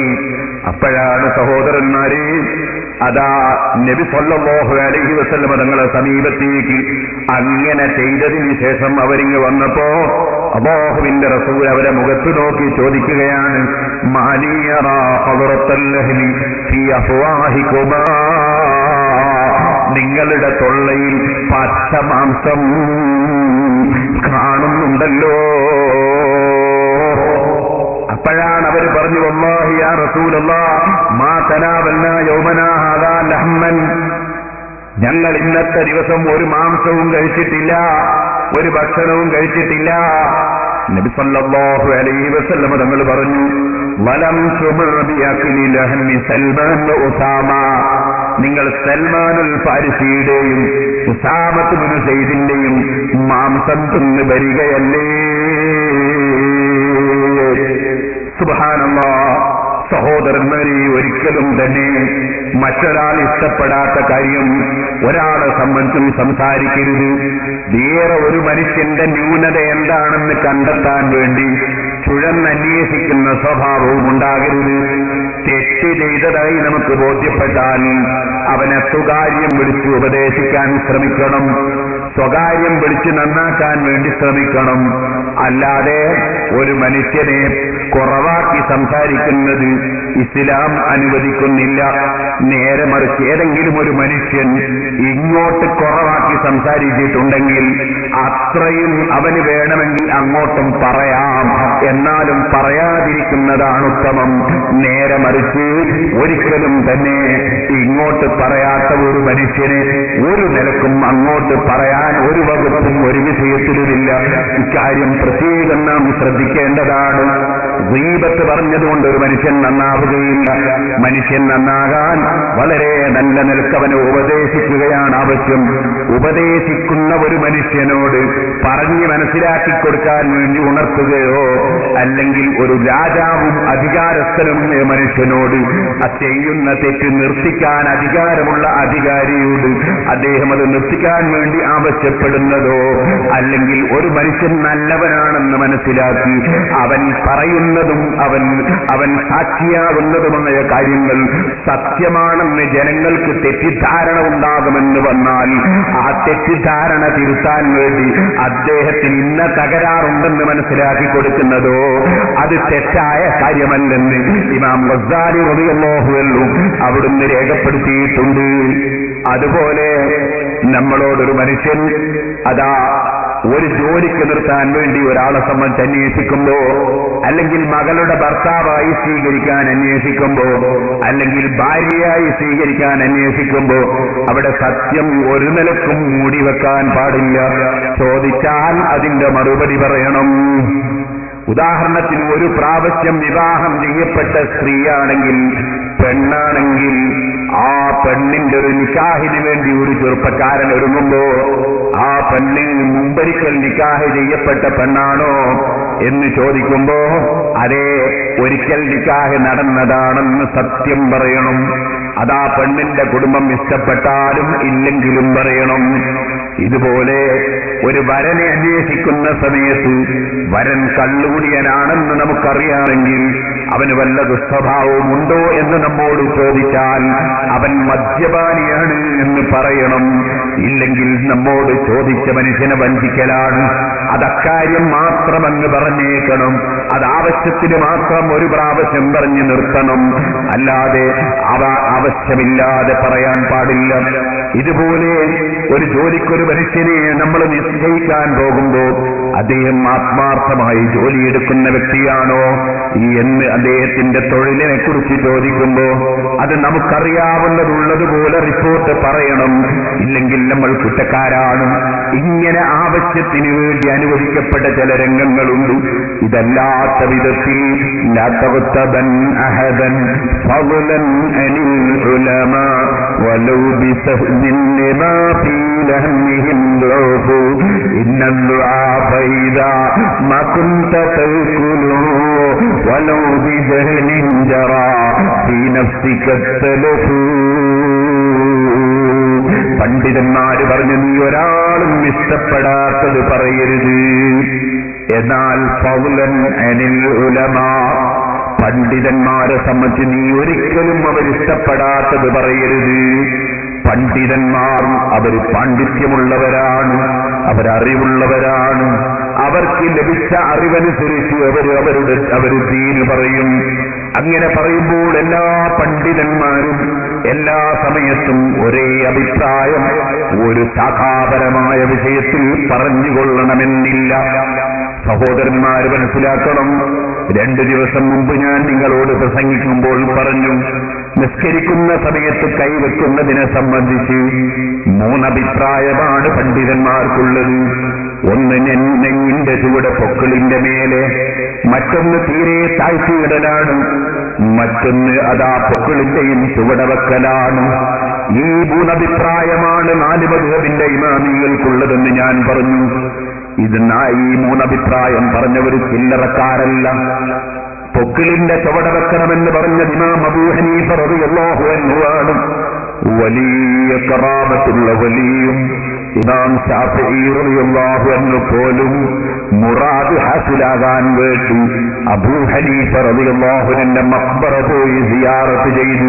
അബൂ ഹനീഫ തങ്ങളെ ഇടയാളനാക്കി ദുആ ചെയ്തു എന്നല്ലേ ഇമാം ശാഫിഈ റളിയല്ലാഹു അൻഹുവിന്റെ ചരിത്രം ഇമാം ഇബ്നു ഹജറുൽ ഹൈതമി തങ്ങളെ പോലുള്ളവർ രേഖപ്പെടുത്തുന്നത്. അത്ര വലിയ പണ്ഡിതനാണ് ഇമാം അബൂ ഹനീഫ. പക്ഷേ മഹാനവർകൾ പൊക്കിളിന്റെ ചുവടെയാണ് നിസ്കരിക്കുന്നവൻ കൈവെക്കേണ്ടതെന്ന് പറയുന്നു. എന്നാൽ ഇമാം ശാഫിഈ റളിയല്ലാഹു അൻഹു പൊക്കിളിന്റെ മേലെ നെഞ്ഞിന്റെ ചുവടെ കൈവെക്കണമെന്ന് പറയുന്നു. അതിൽ അവർക്കുള്ള തെളിവെന്താണ്? നബി സല്ലല്ലാഹു അലൈഹി വസല്ലമ തങ്ങൾ അതേ കൈവച്ചു അലാ ഫദ്രിഹി, നെഞ്ഞിന്റെ അടുക്കൽ കൈവച്ചു എന്ന് ഹദീസിലുണ്ട്. നെഞ്ഞിന്റെ അടുക്കൽ എന്നാണ് ആ വാക്കിന്റെ അർത്ഥം. അത് ശാഫിഈ മദ്ഹബിലെ ഇമാമിങ്ങളൊക്കെ വിശദീകരിച്ചിട്ടുണ്ട്. ഇമാം മഹല്ലി വിശദീകരിച്ചിട്ടുണ്ട്. അതുപോലെ പല പണ്ഡിതന്മാരും വിശദീകരിച്ചിട്ടുണ്ട്. കാരണം എന്താണ്? ഇമാം ബസ്സാർ റിപ്പോർട്ട് ചെയ്ത മറ്റൊരു ഹദീസിൽ ഇൻദ ഫദ്രിഹി, നെഞ്ഞിന്റെ അടുക്കൽ കൈവെക്കുക എന്ന് പറഞ്ഞിട്ടുണ്ട്. അപ്പൊ നെഞ്ഞിന്റെ അടുക്കൽ കൈവെക്കുക എന്ന് ഒരു റിപ്പോർട്ടിലും അലാ ഫദ്രിഹി എന്ന് മറ്റൊരു റിപ്പോർട്ടിലും വരുമ്പോൾ ഇമാം ശാഫിഈ റളിയല്ലാഹു അൻഹുവിനെ പോലെ അറബി അറിയുന്ന പണ്ഡിതന്മാർ അവർ വിശദീകരിക്കുന്നു. അല എന്ന വാക്കിന് പലപ്പോഴും അറബിയിൽ അടുക്കൽ എന്നർത്ഥമുണ്ട്. പലപ്പോഴും നമ്മൾ കാണും ദഖൽതു അലൻ നബി സല്ലല്ലാഹു അലൈഹി വസല്ലം, ബുഖാരിയിൽ കാണാം, ഞാൻ അല്ലാഹുവിന്റെ റസൂലിന്റെ അടുക്കൽ കയറി ചെന്നു. അവിടെ അല എന്ന വാക്കിനർത്ഥം അടുക്കൽ എന്നാണ്. ഇതുപോലെ പരിശുദ്ധ ഖുർആനിൽ കാണാം, ഇദ്ഹും അലൈഹാ ഖുഊദ്, മുഅ്മിനീങ്ങളെ തീയിലിട്ട് കരിക്കാൻ ഉദ്ദേശിച്ചിരുന്ന ശത്രുക്കൾ, വഹും അലൈഹാ ഖുഊദ്, ആ തീക്കുണ്ടാരത്തിന്റെ അടുക്കൽ ഇരുന്നു. എന്തിനു വേണ്ടിയിരുന്നു? പന്ത് കളിക്കുന്നത് കാണാൻ, ഫുട്ബോൾ കാണാൻ വേണ്ടി ഗാലറിയിൽ ഇരിക്കുന്നത് പോലെ മുഅ്മിനീങ്ങളെ തീയിലിട്ട് കരിക്കുന്നത് കാണാൻ തീയിന്റെ സമീപത്ത് ശത്രുക്കളിരുന്നു. അതിനെ സംബന്ധിച്ച് ഖുർആൻ പറഞ്ഞു, വഹും അലൈഹാ ഖുഊദ്, അവർ തീയിന്റെ അടുക്കൽ ഇരിക്കുന്നവരാണ്. ഇതുപോലെ മൂസാ നബി അലൈഹിസ്സലാം പറഞ്ഞു, ഔ അജിദു അലന്നാരി ഹുദൻ, ഞാൻ ആ കാണുന്ന തീയിന്റെ സമീപത്ത് ഞാൻ നമുക്ക് വഴി കാണിച്ചു തരുന്നവനെ കണ്ടെത്തിച്ചേക്കും. അപ്പൊ അടുക്കൽ എന്ന അർത്ഥത്തിൽ ഖുർആനിലും ഹദീസിലും അല എന്ന വാക്ക് ധാരാളം വന്നിട്ടുണ്ട്. ഇവിടെയാണെങ്കിൽ ഇൻദ സദ്രിഹി, നെഞ്ഞിന്റെ അടുക്കൽ എന്ന് തന്നെ ഇമാം ബസാറിന്റെ റിപ്പോർട്ടുമുണ്ട്. അതുകൊണ്ട് അലാ സദ്രിഹി എന്ന ഹദീസിന്റെ ശരിയായ വ്യാഖ്യാനം നെഞ്ഞിന്റെ ചുവടെ കൈവെക്കണമെന്നാണെന്ന് ഹദീസുകളൊക്കെയും മനഃപ്പാഠം പഠിക്കുകയും അറബിയും അറബി ഭാഷ നന്നായി മനസ്സിലാക്കുകയും ഖുർആനും ഹദീസും നന്നായി ഗ്രഹിക്കുകയും ചെയ്ത ഇമാം ശാഫിഈ റളിയല്ലാഹു അൻഹു പറഞ്ഞു. എന്നാൽ സഹോദരന്മാരെ, നിങ്ങൾ ഓർക്കണം, ഇതേ സമയത്ത് ബഹുമാനപ്പെട്ട മഹാനായ ഇമാം മാലിക് റളിയല്ലാഹു അൻഹു കൈ തീരെ താഴ്ത്തിയിടുന്നതിന് കുഴപ്പമില്ല, കൈ താഴ്ത്തിയിടാമെന്ന അഭിപ്രായം പറഞ്ഞിട്ടുണ്ട്. അപ്പൊ മൂന്ന് അഭിപ്രായമല്ലാതെ നാലാമത്തൊരഭിപ്രായം, 4 മദ്ഹബിന്റെ ഇമാമിയങ്ങളും ഉണ്ടായിട്ട് 3 അഭിപ്രായം മാത്രമേ കൈവെക്കുന്നതിനെ സംബന്ധിച്ചുണ്ടായുള്ളൂ. അലാ സദ്രിഹി എന്ന ഹദീസ് പരിശുദ്ധ ഖുർആനിലെ ഇദ്ഹും അലൈഹാ ഖുഊദ് എന്ന ആയത്തടക്കമുള്ള അലൈഹ എന്ന പ്രയോഗങ്ങൾ മനസ്സിലാക്കി ഇമാം ശാഫിഈ റളിയല്ലാഹു അൻഹു പറഞ്ഞ നെഞ്ഞിന്റെ സമീപത്ത് വെക്കുക എന്ന അർത്ഥവും, അതുപോലെ തഹ്ത സദ്രിഹി എന്നൊരു റിപ്പോർട്ട് വന്നതുകൊണ്ട് അത് പൊക്കിളിന്റെയും ചുവടയുമാകാമെന്ന നിലയ്ക്ക് പൊക്കിളിന്റെ ചുവട വെക്കണമെന്ന അബൂ ഹനീഫ തങ്ങളുടെ ഒരു അഭിപ്രായവും, തീരെ കൈ താഴ്ത്തിയിടുക എന്ന മാലിക് ഇമാം റളിയല്ലാഹു അൻഹുവിൽ നിന്ന് ഉദ്ധരിക്കപ്പെട്ട അഭിപ്രായവും, ഇങ്ങനെ 3 അഭിപ്രായമല്ലാതെ 4മത്തൊരഭിപ്രായം ഇസ്ലാം ദീനിലില്ല. അതുകൊണ്ട് തന്നെ ശറഹ് അബൂ ദാവൂദിന്റെ ശറഹ് ബദലുൽ മജ്ഹൂദിൽ കാണാം, ഈ 3അല്ലാത്ത 4മത്തൊരഭിപ്രായം നെഞ്ഞിന്റെ മേലെ കൈവെക്കണമെന്ന് വല്ലവരും പറഞ്ഞാൽ ഖാരിജും മിൻ മദാഹിബിൽ മുസ്ലിമീൻ, മുസ്ലിമീങ്ങളുടെ സർവ്വ മദ്ഹബിന്റെയും പുറത്തുള്ള പുതിയ അഭിപ്രായമാണ്. അത് മുസ്ലിമീങ്ങളുടെ നിസ്കാരത്തിലെ കൈവെപ്പിന്റെ സ്വഭാവമല്ല. അബൂ ദാവൂദിന്റെ ശറഹിൽ കാണാം. ഇവിടെ ഞാൻ നിങ്ങളോട് പറഞ്ഞു വരുന്നത്, നമ്മുടെ 4 മദ്ഹബിന്റെ ഇമാമിങ്ങളിൽ 3 അഭിപ്രായം വന്നതിന്റെ പേരിൽ അവരാക്ഷേപിക്കാൻ വകുപ്പുണ്ടോ, കുറ്റം പറയാൻ വകുപ്പുണ്ടോ? വകുപ്പില്ലെന്ന് മാത്രമല്ല, അവർ പരസ്പരം തന്നെ വലിയ ബഹുമാനത്തോടുകൂടെ ജീവിച്ചു. അഹ്മദ് ഇബ്നു ഹംബൽ റളിയല്ലാഹു അൻഹു ശാഫിഈ ഇമാം റളിയല്ലാഹു അൻഹുവിനെ എത്രയാണ് ബഹുമാനിച്ചത്. ഇമാം ശാഫിഈ അഹ്മദ് ഇബ്നു ഹംബൽ ധരിച്ച കുപ്പായം പോലും കഴുകിയിട്ടതിന്റെ വെള്ളം ഉപയോഗിച്ചു എന്നാണ് പറയുന്നത്. യഥാർത്ഥത്തിൽ ശാഫിഈ ഇമാം തങ്ങളുടെ ശിഷ്യനാണ് അഹ്മദ് ഇബ്നു ഹംബൽ. ആ ഇമാം ശാഫിഈ റളിയല്ലാഹു അൻഹുവിന്റെ ഗുരുവര്യരാണ്. ഇമാം മാലിക് റളിയല്ലാഹു അൻഹു വലിയ ബഹുമാനമാണ്, പരസ്പരം ബഹുമാനമാണ്. എല്ലാവരും ബഹുമാനിക്കുന്ന പണ്ഡിതനാണ് ഇമാം അബൂ ഹനീഫ. ഇങ്ങനെ സർവ്വ ഇമാമിങ്ങൾ ശാഖാപരമായ വിഷയങ്ങളിൽ മസ്അല തർക്കങ്ങൾ ഉള്ളതോടുകൂടി തന്നെ അവര് പരസ്പരം വലിയ ബഹുമാനമാണ്. ആരും ആരെയും ആക്ഷേപിക്കുന്നില്ല, ആരും ആരെയും കുറ്റം പറയുന്നില്ല. ഒരു സാധാരണക്കാരനോടും ഒരു പണ്ഡിതൻ മറ്റൊരു പണ്ഡിതനെ വിജയിച്ച് സംസാരിക്കുന്നില്ല. ഇത് 4 മദ്ഹബിന്റെ ഇമാമിങ്ങൾക്കിടയിൽ മാത്രമുള്ള സ്വഭാവമല്ല. നിങ്ങൾ മനസ്സിലാക്കണം. അതിന്റെ താഴോട്ട് വന്നാൽ സുജൂദ് ചെയ്യുന്ന സമയത്ത് കാലിന്റെ വിരലിന്റെ പള്ള നിലത്ത് കുത്തിവെക്കണമെന്നാണ് ഇമാം നബവി റളിയല്ലാഹു അൻഹുവിന്റെ പക്ഷം. ഇല്ലെങ്കിൽ നിസ്കാരം ബാത്തിലാണെന്നാണ്. എന്നാൽ ഇമാം റാഫിഈ റളിയല്ലാഹു അൻഹുവിന്റെ പക്ഷം കാലിന്റെ വിരലിന്റെ പള്ള കുത്തിയില്ലെങ്കിലും നിസ്കാരം സഹിയാകുമെന്നാണ് ശാഫിഈ മദ്ഹബിലെ പ്രഗത്ഭരായ രണ്ട് പണ്ഡിതന്മാരാണ്. പ്രബലമായ അഭിപ്രായം കാലിന്റെ വിരലിന്റെ പള്ള കുത്തിവെക്കണമെന്നാണ്. അങ്ങനെയാണ് നിസ്കരിക്കേണ്ടത്. പക്ഷേ പണ്ഡിതന്മാർക്കിടയിൽ അവിടെ രണ്ടഭിപ്രായമുണ്ട്. പക്ഷേ രണ്ടുപേരും നിങ്ങൾ ഓർക്കണം, ഇമാം നവവി റളിയല്ലാഹു അൻഹു റാഫി ഇമാം റളിയല്ലാഹു അൻഹുവിന്റെ കറാമത്ത് പറയുകയാണ്, റാഫി ഇമാമിന്റെ ബഹുമാനം പറയുകയാണ്. ഇതുപോലെ സഹോദരന്മാരെ, റാഫി ഇമാമിന്റെ ശിഷ്യ പരമ്പരയിലുള്ള പണ്ഡിതന്മാർ ഇമാം നവവി റളിയല്ലാഹു അൻഹുവിനെ വല്ലാതെ ആദരിച്ചു ബഹുമാനിച്ച് സംസാരിക്കുകയാണ്. ഇതുപോലെ മഹാനായ ഇബ്നു ഹജറുൽ ഹൈതമി റളിയല്ലാഹു അൻഹു, ഇമാം റംലി റളിയല്ലാഹു അൻഹു ബറാഅത്ത് സൂറത്തിന്റെ തുടക്കത്തിൽ ബിസ്മി ചൊല്ലിയാൽ ഹറാമാണെന്ന് ഒരാൾ പറയുന്നു, കറാഹത്താണെന്ന് മറ്റൊരാൾ പറയുന്നു. സുബ്ഹാനല്ലാഹ്. പക്ഷേ രണ്ട് പണ്ഡിതന്മാരെയും ഒരുപോലെ ആദരിക്കപ്പെടുന്നു. ഇങ്ങനെ ലോകത്ത് നിങ്ങൾക്ക് കാണാം. ഈ അടുത്ത കാലം വരെ മഹാന്മാരായ സുന്നത്ത് ജമാഅത്തിന്റെ പണ്ഡിതന്മാർക്കിടയിൽ ശാഖാപരമായ അഭിപ്രായ വ്യത്യാസങ്ങൾ മസ്അലയിലുണ്ടായാൽ അതിന്റെ പേരിൽ പരസ്പരം ചീത്ത പറയലോ തെറി പറയലോ, അതിന്റെ പേരിൽ ചെറിയ കുരുന്നു ഹൃദയങ്ങളോട് മറ്റൊരു പണ്ഡിതനെ ആക്ഷേപിച്ച് സംസാരിച്ച് ചെറിയ മക്കളുടെ ഹൃദയത്തിൽ പണ്ഡിതന്മാരെ സംബന്ധിച്ചുള്ള മതിപ്പ് കുറക്കലോ, പണ്ഡിതന്മാരെ ആക്ഷേപിക്കുന്നവരായി മുസ്ലിം മക്കളെ വളർത്തിയെടുക്കലോ നമ്മുടെ സമുദായത്തിലില്ലായിരുന്നു. പക്ഷേ ആഖിറം ചിന്തിക്കുന്നതിന് പകരം ഭൗതിക ചിന്ത പലപ്പോഴും കൽബിലേക്ക് കടന്ന് ഓരോരുത്തരും അവനവന്റെ കക്ഷികളിൽ ആളെ ചേർക്കണമെന്ന ചിന്തയിൽ ആഖിറം മറന്നുകൊണ്ടുള്ള പ്രവർത്തന രംഗത്ത് വന്നപ്പോൾ പലപ്പോഴും അല്ലാഹ് ഹലാലാക്കിയതാണോ സംസാരിക്കുന്നത്, അപ്പുറത്തെ പണ്ഡിതൻ ഇഷ്ടപ്പെടുന്നതാണോ സംസാരിക്കുന്നത്, റബ്ബിന്റെ അടുക്കൽ കുടുങ്ങുന്നതാണോ പറയുന്നത്, ഈ ചിന്തയില്ലാതെ ശാഖാപരമായ വിഷയങ്ങളുടെ പേരിൽ പരസ്പരം കടുത്ത ആക്ഷേപങ്ങളും ഗീബത്തുകളും നമീമത്തുകളും ഫിത്നകളും ഫസാദുകളും പാരവെക്കലും തുടങ്ങിയ ഒരു കാലഘട്ടമായി ഈ കാലഘട്ടം അതപ്പതിച്ചുപോയി കേട്ടോ. അല്ലാഹു ജല്ല ജലാലുഹു നമ്മുടെ സമുദായത്തിൽ മുൻഗാമികളുടെ വഴി പിന്തുടർന്ന് ജീവിച്ച് നന്നാകാൻ തൗഫീഖ് നൽകട്ടെ.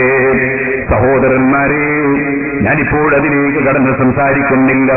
ബഹുമാനപ്പെട്ട ഇമാം നവവി റളിയല്ലാഹു അൻഹു അവിടുന്ന് പറഞ്ഞു, താടിയും മീശയും മുളക്കാത്ത ഭംഗിയുള്ള ആൺകുട്ടികളുടെ മുഖത്ത് നോക്കൽ ഹറാമാണ്.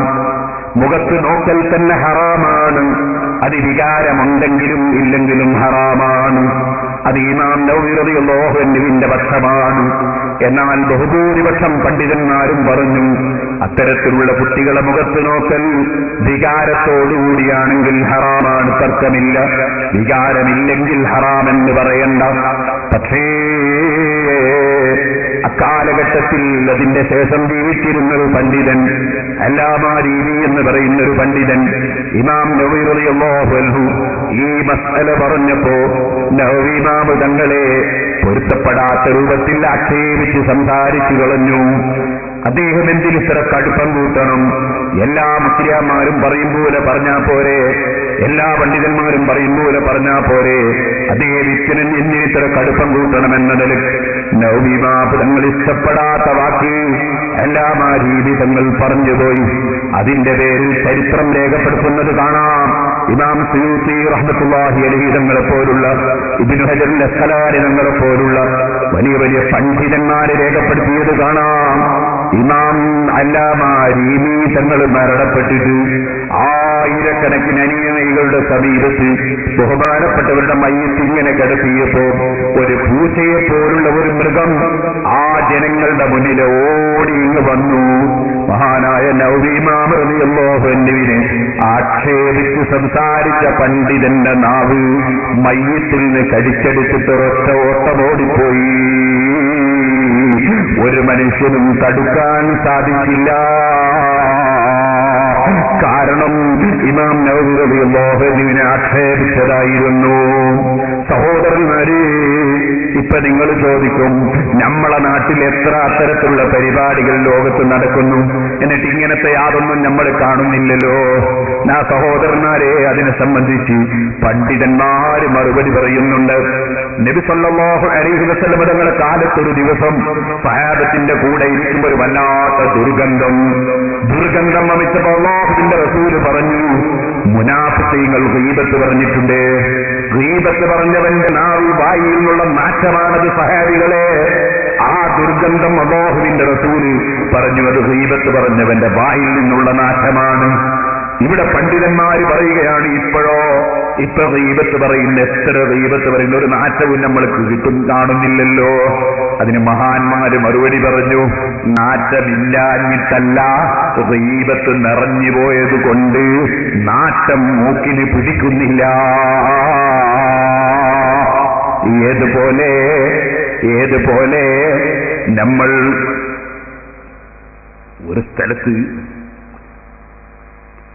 വളം ശേഖരിച്ചുകൊണ്ടിരിക്കുന്ന ഒരു പ്രദേശം, അല്ലെങ്കിൽ ഉണക്കിമീൻ ഉണ്ടാക്കിക്കൊണ്ടിരിക്കുന്ന ഒരു സ്ഥലം, ആ സ്ഥലത്ത് ആദ്യമായി ചെന്നവന് അങ്ങോട്ട് കയറാൻ കഴിയുന്നില്ല. എനിക്ക് ഓർമ്മയുണ്ട്, ഞാൻ UAE ഒരു കമ്പനിയിൽ പോയി, പാൽ കമ്പനിയിൽ. സുബ്ഹാനല്ലാഹ്, ആയിരക്കണക്കിന് പശുക്കളുള്ള പാൽ കമ്പനി. ഒരൊറ്റ പശുവിന്റെ പാല് കറന്നാൽ തന്നെ 75 ലിറ്റർ, 100 ലിറ്റർ, 140 ലിറ്റർ ഒക്കെ പാലുണ്ടാവും. അങ്ങനത്തെ വലിയ പാൽ കമ്പനി. പക്ഷേ അവിടെ തറാവീഹ് നിസ്കരിക്കാൻ വേണ്ടി ഞാനൊരിക്കൽ അതിന്റെ ഉള്ളിൽ കുറെ ആളുകളുടെ കൂടെ നിസ്കരിക്കുന്ന ഒരു സ്ഥലത്ത് ചെന്നപ്പോ സുബ്ഹാനല്ലാഹ്, എങ്ങനെയൊക്കെ നിസ്കരിച്ച് തടിയെടുത്തു എന്ന് പറയാം, നാറിയിട്ട് അങ്ങോട്ട് അടുക്കാൻ കഴിയുന്നില്ല. പക്ഷേ ആ കമ്പനിന്റെ ഉള്ളിൽ ആയിരക്കണക്കിന് ആളുകൾ താമസിക്കുന്നുണ്ട്, അവർക്കൊട്ട് നാറ്റമില്ല. കാരണം അവരെ മൂക്കിനെ ശീലിച്ചുപോയി. ഇത് സാധാരണ സംഭവിക്കുന്നതാണ്. ഇതുപോലെ ലോകമൊട്ടാകെ ദീപത്ത് കൊണ്ട് നിറഞ്ഞപ്പോ ഇപ്പൊ നമുക്ക് നാശം അനുഭവിക്കുന്നില്ല. ഇതുപോലെ സഹോദരന്മാര്, വലിയ വലിയ മഹാന്മാർക്ക് ചെറിയ ന്യൂനത സംഭവിച്ചാൽ ആ ന്യൂനത പരിഹരിക്കപ്പെടാൻ വേണ്ടി ദുനിയാവിൽ വെച്ച് തന്നെ അവർക്ക് അത് പരിഹരിച്ചു കൊടുക്കും. അത് മഹാന്മാരുടെ സ്വഭാവമാണ്. നേരെ മറിച്ച് അല്ലാഹു ജല്ല ജലാലുഹു ദുനിയാവിൽ വെച്ച് പരിഹരിച്ചു കൊടുക്കാതെ ആഖിറത്തിലേക്ക് മാറ്റിവെക്കുന്നവരാണെങ്കിൽ ദുനിയാവിൽ ഒരു പാഠവും കിട്ടൂല കേട്ടോ. ഇത് ശ്രദ്ധിക്കേണ്ടതാണ്. ഇപ്പോൾ ഞാനതിലേക്ക് കിടന്ന് സംസാരിക്കുന്നില്ല. അപ്പൊ ഒരിക്കലും ലാ തഗ്തബൻ അഹദൻ ഫളൻ അനിൽ ഉലമാ, ഒരാളെയും നിങ്ങൾ കുറ്റവും കുറവും പറയരുത്, പണ്ഡിതന്മാരെ തീരെ പറയരുത്. വലൗ ബിസഹ്വിന്നിമാ ഫിലഹ്മിഹിം ദുഫൂ, മറന്നുകൊണ്ട് പോലും പറയരുത്. പണ്ഡിതന്മാരുടെ മാംസത്തിൽ നഞ്ഞുണ്ട്. പണ്ഡിതന്മാരെ മാംസത്തിൽ നഞ്ഞുണ്ട് എന്ന് പറഞ്ഞാൽ നിന്റെ ഈമാൻ നഷ്ടപ്പെടുത്തുന്ന നഞ്ഞാണത്. അതിനാൽ ഇന്നദ്ദുആഫൈദാ മകുന്ത തഖുലുഹു വലൗ ബിജഹ്ലിൻ ജറാ ഫീ നഫ്സിക തലഫൂ, വസ്തുത അറിയാതെയാണ് നീ പറഞ്ഞതെങ്കിലും പണ്ഡിതനെ കുറ്റം പറഞ്ഞ് നീ മരിച്ചുപോയാൽ നഞ്ഞുവയറ്റിലായിട്ട് ശരീരത്തിന് അപകടം വരുന്നത് പോലെ നിന്റെ ആത്മീയതയ്ക്ക് തകരാറ് സംഭവിച്ചുപോയി, നിന്റെ ഈമാനിന് കേടുവന്നുപോയി. അതുകൊണ്ട് വളരെ ഗൗരവത്തോടെ ചിന്തിക്കണേ മുസ്ലിമീങ്ങളെ. അഹ്ലുസുന്നത്തി വൽ ജമാഅത്തിൽ വിശ്വസിക്കുന്ന പണ്ഡിതന്മാർ അവർ ഏത് ചില്ലറ മസലകളിൽ അഭിപ്രായ വ്യത്യാസമുണ്ടായാലും അവരെത്ര സംഘടനകളെ പിരിഞ്ഞാലും പണ്ഡിതന്മാരെ ചീത്ത പറയുകയോ നിസ്സാരപ്പെടുത്തുകയോ ഗീബത്ത് പറയുകയോ ചെയ്യുന്നൊരു സ്വഭാവം നമ്മുടെ ജീവിതത്തിൽ ഉണ്ടാകരുത്. അത് നമുക്ക് ഗുണത്തേക്കേറെ ദോഷമല്ലാതെ ചെയ്യുകയില്ല. ഒരിക്കലും തന്നെ അല്ലാഹുവിലുള്ള വിശ്വാസത്തിന് പകരം മറ്റൊരു സൃഷ്ടിയിലും നമ്മളെ വിശ്വാസം കൊണ്ടുപോയി പിടിച്ചു കെട്ടരുത്. കൊടുക്കുന്നവൻ അള്ളയാണ്, തടയുന്നവൻ അള്ളയാണ്. അതുകൊണ്ട് തന്നെ സഹോദരാ, ഒരു ദീനീ പ്രവർത്തന രംഗത്തും അള്ളാഹ് അനുവദിക്കാത്ത മാർഗം നീ സ്വീകരിക്കുകയുമരുത്. ഇതേത് പ്രവർത്തകന്മാരുടെയും മനസ്സിലുണ്ടാകണമെന്ന് സാന്ദർഭികമായി ഇവിടെ ഉണർത്തുകയാണ്. ഞാൻ മറ്റു വിഷയങ്ങളിലേക്ക് കടക്കട്ടെ സഹോദരന്മാരെ. ഞാൻ ഒരു സ്ഥലത്ത് കല്യാണത്തിൽ തിരിച്ചു വരുമ്പോൾ എന്റെ ഡ്രൈവറിനോട് പറഞ്ഞു, നിങ്ങൾ പ്രസംഗിക്കുന്ന സമയത്ത് പ്രസംഗത്തിൽ പറഞ്ഞു, ഹജ്ജ് കഴിഞ്ഞ് വരുന്ന സമയത്ത് എന്റെ പെട്ടി നഷ്ടപ്പെട്ടു പോയി. ആ പെട്ടിയിൽ എന്റെ പാസ്പോർട്ട് ഉണ്ടായിരുന്നു, ഞാൻ ലഗേജിലിട്ടതായിരുന്നു. അങ്ങനെ പാസ്പോർട്ട്, വിസ അടിച്ച പാസ്പോർട്ട്, അബുദാബിയുടെ വിസയുള്ള പാസ്പോർട്ടുള്ളത് കൊണ്ട് ഞാൻ വളരെയേറെ മനസ്സുകൊണ്ട് വിഷമിച്ചു. കുറെ ഡിഡിയും ചെക്കും പൈസയൊക്കെ അതും ഉണ്ടായിരുന്നു, അതൊക്കെ അതിലുണ്ടെന്നുള്ളത് ഞാൻ മറന്നുപോയതാണ്. അങ്ങനെ ലഗേജിലിട്ടിട്ട് കിട്ടാതെ ഞാൻ വളരെ മനസ്സുകൊണ്ട് വിഷമിച്ചു. അപ്പോ ബഹുമാനപ്പെട്ട താജുൽ ഉലമ ഉള്ളാൽ തങ്ങൾ, അല്ലാഹു ദീർഘായുസ്സും ആഫിയത്തും നൽകട്ടെ, തങ്ങളെ വിളിച്ച് പറഞ്ഞപ്പോൾ അത് കിട്ടും, നീ പേടിക്കണ്ടെന്ന് പറഞ്ഞു. കാന്തപുരി മുസ്താദിനെ വിളിച്ചപ്പോ ഉസ്താദ് ജിദ്ദയിലും പല സ്ഥലത്തും എയർ ഇന്ത്യയുടെയും മറ്റൊക്കെ ഉദ്യോഗസ്ഥന്മാരെ ഒക്കെ വിളിച്ച് അവിടെയൊക്കെ പറയുകയും ചെയ്തു. ഞാൻ സിറാജുൽ ഹുദയിലേക്ക് 500 രൂപ നേർച്ചയാക്കി. പെട്ടി ഒന്നും നഷ്ടപ്പെട്ടു പോകാതെ കിട്ടാൻ വേണ്ടി 500 രൂപ നേർച്ചയാക്കി. ഇത് ഞാൻ എന്തോ ഒരു വിഷയം പറയുന്ന കൂട്ടത്തിൽ കണ്ണൂർ ജില്ലയിൽ ഒരു പ്രസംഗത്തിൽ പറഞ്ഞു. ഇന്ന് കല്യാണം കഴിഞ്ഞ് തിരിച്ചു വരുമ്പോൾ എന്റെ ഡ്രൈവർ എന്നോട് പറഞ്ഞു, നമ്മുടെ പ്രവർത്തകന്മാരായ ചിലർ ഡ്രൈവറോട് സ്വകാര്യം ചോദിക്കുന്നു. ചില ആളുകൾ സുന്നത്ത് ജമാഅത്തിന്റെ എതിർ ചേരിയിലുള്ള ചില ആളുകൾ പറയുന്നു, പച്ച കളവാണ് അയാൾ പറഞ്ഞത്. കാരണം ഹജ്ജും കഴിഞ്ഞ് വരുമ്പോ അങ്ങനെ പാസ്പോർട്ട് പെട്ടിയിൽ വെക്കാൻ കഴിയില്ല, പാസ്പോർട്ട് കയ്യിലില്ലാതെ എയർപോർട്ടിൽ നിന്ന് കയറി പെടാൻ കഴിയോ. അപ്പൊ അയാൾ പറഞ്ഞു പച്ച കളവാണ് എന്ന് സുന്നത്ത് ജമാഅത്തിന്റെ വിരോധികൾ പറഞ്ഞപ്പോ ഈ കുട്ടികൾക്കും അത് സംഗതി അവർ പറയുന്നത് ന്യായം തന്നെയല്ലേ എന്ന് അവരിങ്ങനെ ആലോചിച്ചിട്ട് എന്താണ് അങ്ങനെ പറയാൻ കാരണം എന്ന് ചോദിച്ചു എന്ന് പറഞ്ഞു. അപ്പൊ ഞാൻ പറഞ്ഞു ഡ്രൈവറോട്, നീ ഒരു കാര്യം ചെയ്യണം, എന്റെ 2 പാസ്പോർട്ട് തന്നെ ഒരാൾക്ക് 2 പാസ്പോർട്ട് ഉണ്ടാകാൻ പാടില്ല.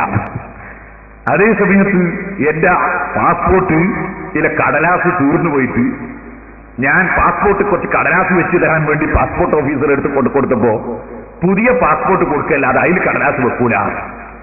അങ്ങനെ പുതിയ പാസ്പോർട്ടാക്കി വേറൊരു നമ്പറിൽ പാസ്പോർട്ട് തന്നു. ആദ്യത്തെ പാസ്പോർട്ടിലാണ് വിസ അടിച്ചത്, 2 കൊല്ലം മുമ്പടിച്ച വിസയാണ്. അതുകൊണ്ട് വിസ ഉള്ളത് പഴയ പാസ്പോർട്ടിലാണ്, പുതിയ പാസ്പോർട്ടിൽ വിസ ഇല്ല. അപ്പൊ ഹജ്ജിന് പോകുന്ന സമയത്ത് അബുദാബിയിലെ വിസ ആവശ്യമില്ല, മറിച്ച് അതിൽ ഹജ്ജ് വിസ അടിച്ചാൽ മതി. അത് പുതിയ പാസ്പോർട്ടിലാണുള്ളത്. അബുദാബിന്റെ വിസ ഉള്ളത് ആദ്യത്തെ പാസ്പോർട്ടിലാണ്. അപ്പൊ അബുദാബി പോകുമ്പോൾ 2 പാസ്പോർട്ട് ഒന്നാക്കിയിട്ട് കൊണ്ടുപോകണം. ഹജ്ജിന് പോകുമ്പോ 2ന്റെ ആവശ്യമില്ല. ഞാൻ UAE കൂടിപ്പോയതുകൊണ്ട് 2 പാസ്പോർട്ട് കൊണ്ടുപോയിരുന്നു. ഹജ്ജ് കഴിഞ്ഞ് തിരിച്ചു വരുമ്പോ എയർപോർട്ടിൽ കൊടുക്കുമ്പോൾ പുതിയ പാസ്പോർട്ട് കൊടുത്താൽ മതി, വിസയുള്ള പാസ്പോർട്ട് കൊടുക്കേണ്ടതില്ല. ഈ പഴയ പാസ്പോർട്ടാണ് എന്റെ പെട്ടിയിൽ വെച്ചത്. ഞാൻ ഡ്രൈവറോട് പറഞ്ഞു, നീ ഒരു കാര്യം ചെയ്യണം, അത് 2 ഫോട്ടോ കോപ്പി എടുത്തിട്ട് ആ ചെറുപ്പക്കാരെ കൈ കൊടുത്തിട്ട് അവരോട് പറയണം, നിങ്ങളെ ആൾക്കാർ ദീന് പറയലും ഇങ്ങനെ തന്നെയാണ്, മനസ്സിലാക്കാതെ പറയാനാണ് എന്ന് ബോധ്യപ്പെടുത്തി കൊടുക്കണമെന്ന് എന്റെ ഡ്രൈവറോട് ഞാൻ പറഞ്ഞു. ഞാനിതൊരു ഉദാഹരണത്തിന് പറഞ്ഞത്, വളരെ ശ്രദ്ധിക്കണം ഒരു വാക്ക് സംസാരിക്കുമ്പോൾ. നമ്മൾ ഒരിക്കലും ഒരാളെ സംബന്ധിച്ച് എന്തെങ്കിലും പറഞ്ഞ് നമ്മുടെ ആഹ്റം നഷ്ടപ്പെടുത്തരുത്. തെറ്റിദ്ധാരണകളുള്ളവർ ചോദിച്ച് മനസ്സിലാക്കണം. അൽഹംദുലില്ലാഹ് ഖൈർ. ആ ചെറുപ്പക്കാർ ചോദിച്ചത് വളരെ നന്നായി. അവർ അത് കൊണ്ടാണ് എന്നോട് ചോദിച്ചാൽ ഡ്രൈവറോട് ചോദിച്ചത്. അതിന് കുഴപ്പമില്ലല്ലോ, നമ്മൾ പണ്ടേ തവസ്സുലാക്കാന്ന് പറയുന്നവരാണല്ലോ. അപ്പൊ അതുകൊണ്ട് അവർ ചെയ്തത് തെറ്റല്ല, അവർ ആ സംശയം തീർത്തതിൽ സന്തോഷമാണ്. ഞാൻ പറഞ്ഞത് വളരെ ശ്രദ്ധിക്കണമെന്നാണ്. നമ്മുടെ നാവ് കൊണ്ട് ഏത് വിഷയം സംസാരിക്കുമ്പോൾ അല്ലാഹുവിന്റെ അടുക്കൽ കുടുങ്ങുന്ന ഒരു വാക്കും സംസാരിക്കാൻ ഒരിക്കലും നാം പോകരുത്. ഇമാം ഗസാലി റളിയല്ലാഹു അൻഹു പറഞ്ഞു, ഏറ്റവും മോശമായൊരു ഗീബത്തുണ്ട് എന്ന്. അതായത് ഗീബത്ത് മഹാനവകൾ പറയാൻ അന്ന അഖ്ബസ അൻവാഇൽ ഗീബത്തി ഗീബത്തുൽ ഖുറാഇ. ഗീബത്തിന്റെ കൂട്ടത്തിൽ ഏറ്റവും മോശമായ ഗീബത്ത് അത് മുസ്ലിംമാര് പറയുന്ന ഗീബത്താണ്, പണ്ഡിതന്മാര് പറയുന്ന ഗീബത്താണ്. പണ്ഡിതന്മാര് പറയുന്ന ഗീബത്ത് എന്ന് പറഞ്ഞാൽ എന്താണ്? ഇമാം ഗസാലി റളിയല്ലാഹു അൻഹു വിശദീകരിക്കുകയാണ്, യഖൂലൂന മസലൻ, വിവരമുള്ള ചില ആൾക്കാർ ഗീബത്ത് പറയുന്നൊരു കോലം. അൽഹംദുലില്ലാഹി അല്ലദീ ലം യബ്തലിനാ ബിദ്ദുഖൂലി അലാ സുൽത്താനി ലിതലബി ദുനിയ. ഒരാൾ വേറൊരു പണ്ഡിതനെ പറ്റി ഗീബത്ത് പറയാൻ തീരുമാനിച്ചു. അപ്പൊ അയാൾ ജനങ്ങളോട് പറഞ്ഞെന്തറിയോ? ഈ രാജാക്കന്മാരും മന്ത്രിമാരും അതുപോലെ തന്നെ ഉദ്യോഗസ്ഥന്മാരും അതുപോലെ അധികാരമുള്ള ആൾക്കാർ ഈ അധികാരമുള്ളിടത്തൊക്കെ പോയി അവരുമായി സംസാരിക്കുകയും അവരുമായി ചർച്ച ചെയ്യുകയും ഒക്കെ ചെയ്യുന്ന മുസീബത്തിൽ അള്ളാഹ് നമ്മളെ പെടുത്തിയിട്ടില്ലല്ലോ, അൽഹംദുലില്ലാഹ് എന്നൊരു മുസ്ലിയാർ പറഞ്ഞാൽ ഇമാം ഗസാലി റഹിമഹുല്ലാഹ് പറയാണ് അത് ഏറ്റവും മോശമായ ഒരു ഗീബത്താണ്. അതൊരു വേറൊരു പണ്ഡിതനെ പറ്റി പറഞ്ഞതാണ്. വേറൊരു പണ്ഡിതൻ അള്ളാഹിന്റെ ദീനിന് വേണ്ടി ചിലപ്പോൾ രാജാവിനെ കാണുന്നുണ്ടാവും, മന്ത്രിനെ കാണുന്നുണ്ടാവും, അതുപോലെ തന്നെ ഉദ്യോഗസ്ഥരെ കാണുന്നുണ്ടാകും. ആ പണ്ഡിതനെ മറ്റൊരു ഭാഷയിൽ ഗീബത്ത് പറഞ്ഞതാണ് ഈ പണ്ഡിതൻ. അത് ഏറ്റവും മോശമായ ഗീബത്താണ് എന്ന് ഇമാം ഗസാലി റളിയല്ലാഹു അൻഹു പറഞ്ഞു. എന്നിട്ട് ഗസാലി ഇമാം തങ്ങൾ പറയാണ് ഔ നഊദു ബില്ലാഹി മിൻ ഖില്ലത്തിൽ ഹയാഇ. ചിലപ്പോ പറയാ നാണില്ലാത്ത പ്രവർത്തനത്തിൽ നമ്മൾ അള്ളാഹിനോട് കാവൽ ചോദിക്കുന്നു. അതുകൊണ്ട് ഉദ്ദേശിക്കേണ്ട അള്ളാഹിനോട് കാവൽ ചോദിക്കലല്ല, വേറൊരുത്തൻ ചെയ്ത പണി ശരിയില്ല എന്ന് വെച്ച് തീർക്കലാണ്. ഇതുപോലെ ഇമാം ഗസാലി റഹിമഹുല്ലാഹ് പറയാണ് മാ അഹ്സന അഹ്വാല ഫുലാനിൻ ലൗലാ അന്നഹു ബുലിയ ബിമിസ്ലി മാ ബുലിയ ബിഹി അംസാലുനാ. ദുനിയാവ് കാണുമ്പോൾ ക്ഷമിക്കാൻ സാധിക്കാത്തതേറ്റു ദുനിയാവുമായി ബന്ധപ്പെട്ടുകൊണ്ട് ജീവിക്കുന്ന ആ ഒരു പ്രശ്നം നമ്മക്കൊക്കെ ഉള്ളതുപോലെ അദ്ദേഹത്തിനും ഇല്ലെങ്കിൽ അയാൾ നല്ല മനുഷ്യനായിരുന്നു എന്ന് പറഞ്ഞാലോ അപ്പറയുന്നതും മറ്റേയാളെ ഗീബത്ത് തന്നെയാണ്. ഗീബത്ത് എന്ന് പറഞ്ഞാൽ വ്യക്തമായി പറയണമെന്നില്ല. പിന്നെയും ബഹുമാനപ്പെട്ടവര് പറയാണ് അതുപോലെ ചിലപ്പോ പറയും അല്ലാഹു തആല നമ്മൾ അതിലൊന്നും പെടുത്താതിരിക്കട്ടെ എന്നൊരൊറ്റ ദുആ, ഫനസ്അലുല്ലാഹ തആല അൻ യുആഫിയനാ എന്നൊരൊറ്റ ദുആ. വഗർദുഹും, ആ പ്രാർത്ഥിക്കുമ്പോൾ അവന്റെ മനസ്സിലുള്ള ഉദ്ദേശം ബിദാരിക്കൽ ഗൈബത്തു, അതുകൊണ്ട് മറ്റൊരു മനുഷ്യനെ കുറ്റിപ്പറയലാണ്, മറ്റൊരു മനുഷ്യനെ കുറ്റം പറയലാണ്. ഫയജ്മഊന ബൈനൽ ഗൈബത്തി വറിയാഇ വഇൽഹാരി തസബ്ബുഹി അഹ്ലി സ്വലാഹി ബിൽ ഹദരി മിനൽ ഗൈബത്തി വറിയാ. അതിൽ ഗീബത്തിന്റെ കുറ്റത്തിന്റെ പുറമെ ഞാനൊരു നല്ലവനാണെന്ന് വരുത്തി തീർക്കലും ഞാനൊരു നല്ലവരോട് കൂടെ ചേർന്ന് ജീവിക്കുന്നവരാണെന്ന് വരുത്തി തീർക്കലും, അങ്ങനെ അവന്റെ മനസ്സിൽ വേറെ ചില മോശമായ വിചാരങ്ങൾ കൂടി അതിന്റെ പിന്നിലുണ്ട്.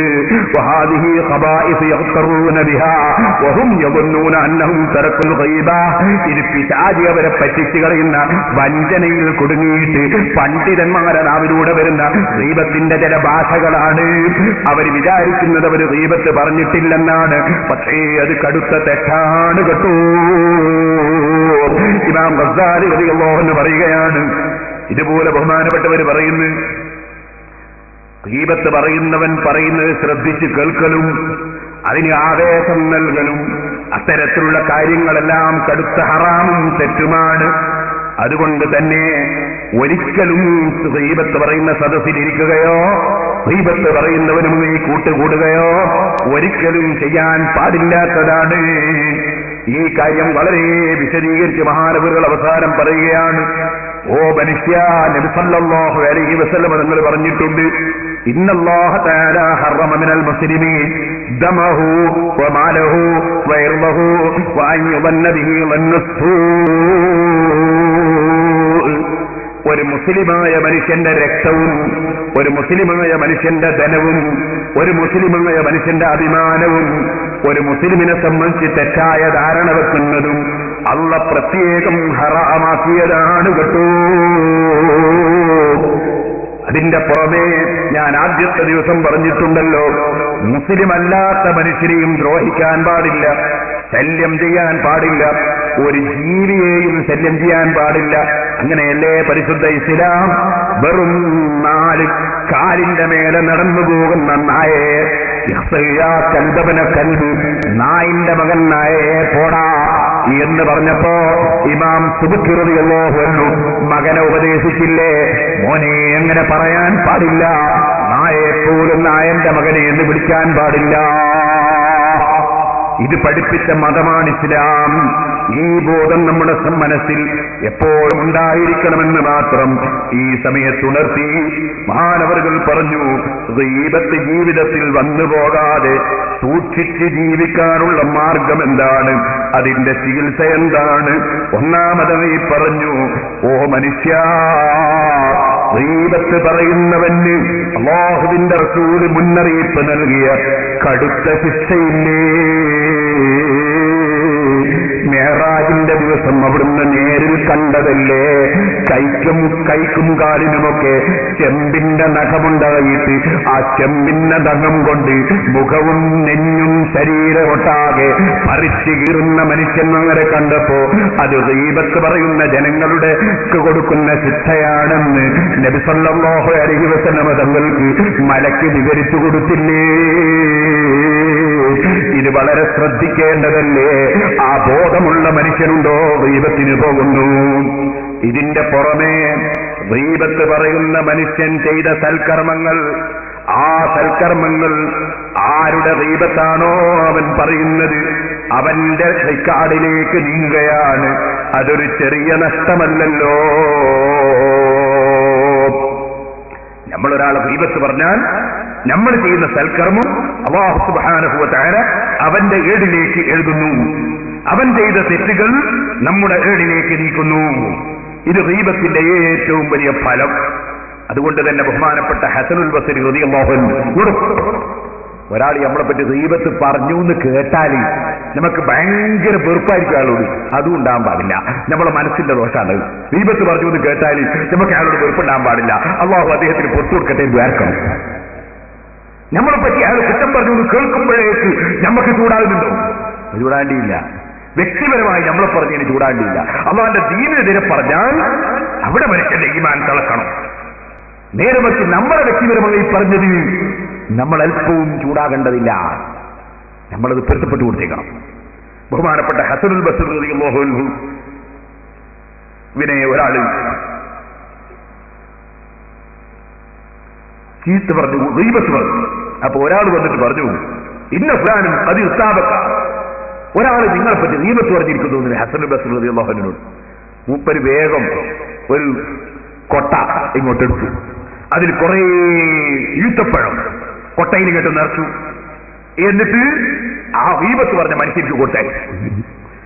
ഒരു കൊട്ട ഈത്തപ്പഴം ഗീബത്ത് പറഞ്ഞ മനുഷ്യർക്ക് കൊടുത്തയച്ചു.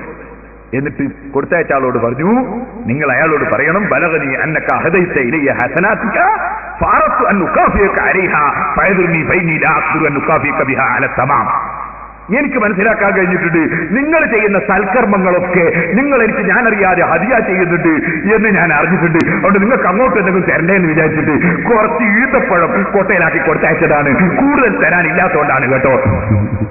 കൂടുതൽ അങ്ങോട്ട് തരാനില്ലാത്തതുകൊണ്ടാണ്. നിങ്ങൾ ചെയ്യുന്ന നിസ്കാരവും നിങ്ങളുടെ നോമ്പും നിങ്ങളുടെ സദഖയും നിങ്ങളുടെ ദിക്റും നിങ്ങളുടെ തസ്ബീഹും നിങ്ങളുടെ സലാത്തും അതൊക്കെ എനിക്ക് കൊടുത്തയക്കുന്നുണ്ട് എന്ന് ഞാൻ അറിഞ്ഞു. അപ്പൊ പകരം എന്തെങ്കിലും ഞാൻ കൊടുത്തേക്കട്ടെ. അതുകൊണ്ട് കുറച്ച് ഈത്തപ്പഴം കൊട്ടയിലാക്കി കൊടുത്തയച്ചതാണ്. കൂടുതൽ തരാനില്ലാത്തതുകൊണ്ട് ക്ഷമിക്കണം. ഹസനുൽ ബസ്രി റളിയല്ലാഹു അൻഹു ചെയ്തതാണ്. സഹോദരന്മാരെ, ഇത് വളരെ ശ്രദ്ധിക്കേണ്ടതാണ്. ഇതുകൊണ്ടാണ് ബഹുമാനപ്പെട്ട ഇബ്രാഹിം ഇബ്നു അദ്ഹം റളിയല്ലാഹു അൻഹു മഹാനവറുകൾ പറഞ്ഞു, ഓ മനുഷ്യ, ബഖിൽത ബിദുനിയാക, ശരിക്ക് ഈമാനില്ലാത്ത മനുഷ്യ, ദുന്യാവ് കൊണ്ട് നീ ബഖിൽ കാണിച്ചു. നിന്നോട് പിരിവ് ചോദിച്ചപ്പോ പാവപ്പെട്ടവന് നീ കൊടുത്തില്ല. നിന്റെ സ്നേഹിതന്മാർക്ക് അലാസ്തിഖായിക, നിന്റെ സ്നേഹിതൻ, നീ ഇഷ്ടപ്പെടുന്ന നിന്റെ സ്നേഹിതൻ നിന്റെ സ്വന്തം അനുജന് കൊടുക്കാൻ പറഞ്ഞിട്ട് നീ കൊടുത്തില്ല. പെങ്ങക്ക് കൊടുക്കാൻ പറഞ്ഞിട്ട് നീ കൊടുത്തില്ല. നിന്റെ ഉമ്മാന്റെ അനുജത്തിക്ക് കൊടുക്കാൻ പറഞ്ഞിട്ട് കൊടുത്തില്ല. നിന്റെ അമ്മാമന് കൊടുക്കാൻ പറഞ്ഞിട്ട് കൊടുത്തില്ല. നിന്റെ കുടുംബത്തിൽപ്പെട്ട പലർക്കും കൊടുക്കാൻ പറഞ്ഞിട്ട് നീ ബുഖൽ കാണിച്ചു. നിന്റെ അയൽവാസിക്ക് സദഖ ചെയ്യാൻ പറഞ്ഞിട്ട് നീ ബുഖൽ കാണിച്ചു. നിന്റെ ശിഷ്യന്മാർക്ക് കൊടുക്കാൻ പറഞ്ഞിട്ട് ബുഖൽ കാണിച്ചു. നിന്റെ സ്നേഹിതന്മാർക്ക് കൊടുക്കാൻ പറഞ്ഞിട്ട് അങ്ങനെ നീ സ്നേഹിക്കുന്ന പലർക്കും നീ നിന്റെ ദുന്യാവ് കൊടുക്കാൻ പറഞ്ഞിട്ട് അത് കൊടുക്കാതെ ബുഖൽ കാണിച്ച മനുഷ്യനല്ലേ നീ. പക്ഷേ നിനക്ക് കടുത്ത ശത്രുതയുള്ള കുറെ മനുഷ്യന്മാരുണ്ട്. ആ ശത്രുതയുള്ളവർക്ക് നിന്റെ ആഖിറം നീ കൊടുത്തില്ലേ? നിന്റെ കുടുംബത്തിൽപ്പെട്ടവർക്കും നിന്റെ സ്നേഹിതന്മാർക്കും അടുത്തവർക്കും നീ പണം കൊടുക്കാൻ പറയുമ്പോ നിനക്ക് ബുഖലാണ്. അതേ പൊന്ന് കൊടുക്കാൻ പറയുമ്പോ ബുഖലാണ്, സ്വത്ത് കൊടുക്കാൻ പറയുമ്പോ ബുഖലാണ്. പിന്നെ നീ നന്നായി കൊടുത്തതെന്താണ്? നിന്റെ ആഖിറം നീ നിന്റെ ശത്രുക്കൾക്ക് കൊടുത്തു. നീ വെറുക്കുന്ന ജനങ്ങളുടെ കുറ്റം പറയുന്നതിലൂടെ നിന്റെ ആഖിറം നീ ശത്രുക്കൾക്ക് കൊടുത്തു. ഒരിക്കലും തന്നെ ശത്രുക്കൾക്ക് അവനവന്റെ ആഖിറം വിതരണം ചെയ്യുന്ന വ്യക്തികളായി, ബുദ്ധിയില്ലാത്ത സമീപജ്ഞത നടത്തുന്നവരായി നമ്മൾ അതപ്പതിച്ചു പോകരുതെന്ന് ബഹുമാനപ്പെട്ട ഇബ്രാഹിം എന്ന് പറഞ്ഞിട്ട് മഹാനവറുകൾ പറയുന്നു, ഫലാ അൻത ഫീമാ ബഖിൽത ബിഹി മഅ്ദൂർ വലാ അൻത ഫീമാ സഖൗത ബിഹി മഹ്മൂദ്. നീ കൊടുക്കേണ്ടവർക്ക് താഴ്ന്ന ദുനിയാവ് കൊടുക്കാൻ മടി കാണിച്ച ബുഹുദ് അത് മോശമായി പോയി. അതേ സമയത്ത് നീ കൊടുത്തതോ നീ ഏറ്റവും ആവശ്യം വരുന്ന ആഖിറത്തിന്റെ അമല് നിന്റെ കഠിന ശത്രുക്കൾക്ക് കൊടുത്ത നീ കൊടുത്തികൊണ്ട് പരാജയപ്പെട്ടു. നിനക്ക് ഏറ്റവും ആവശ്യമുള്ള ആഖിറത്തിലേക്കുള്ള അമല് നീ കൊടുത്തു, അത് തന്നെ നീ വെറുക്കുന്നവർക്ക് കൊടുത്തു. അതേസമയം നീ ഇഷ്ടപ്പെട്ടവർക്ക് താഴ്ന്ന ദുന്യാവ് കൊടുക്കാൻ നീ വല്ലാത്ത ബുഹല് കാണിക്കുകയും ചെയ്തു. നിന്നെ പോലെ ബുദ്ധിയില്ലാത്തവനാരടോ? ഇബ്രാഹിമിന് അദ്ദേഹം റളിയല്ലാഹു അൻഹു ചോദിക്കുകയാണ്. അതുകൊണ്ട് തന്നെ ഒരിക്കലും വിജയം കൈവരിക്കണമെന്നുദ്ദേശിക്കുന്നവർ എത്ര എതിർപ്പുണ്ടെങ്കിലും, ഒരാൾ വന്നിട്ട് പറഞ്ഞു ഹജ്ജാജ് ഇബ്നു യൂസുഫ് എന്ന് പറയുന്ന ഭരണാധികാരിയുടെ ഒരുപാട് മഹാന്മാരെ കൊന്നവനാണ്. ഹജ്ജാജ് ഇബ്നു യൂസുഫിന്റെ കുറ്റങ്ങൾ പറഞ്ഞു ഒരു മഹാന്റെ മുന്നിൽ. ഉടനെ അദ്ദേഹം പറഞ്ഞു, ഹജ്ജാജ് ഇബ്നു യൂസുഫ് ചെയ്ത തെറ്റായിട്ടുണ്ടാവും, പക്ഷേ അയാളെ പറ്റി ഇങ്ങനെ ദൈവത്ത് പറഞ്ഞ വകയിൽ നിങ്ങൾക്കുണ്ടാവും കുറ്റം. കാരണം നിങ്ങളിങ്ങനെ പറഞ്ഞുകൊണ്ടൊരു കാര്യമൊന്നുമില്ലല്ലോ. അപ്പൊ വളരെ ശ്രദ്ധിക്കേണ്ട ഒരു വിഷയമാണ് മറ്റൊരുത്തന്റെ കുറ്റം പറയൽ എന്ന് മാത്രം ഈ സമയത്ത് ആ വിഷയത്തിൽ ഓർമ്മപ്പെടുത്തുന്നു.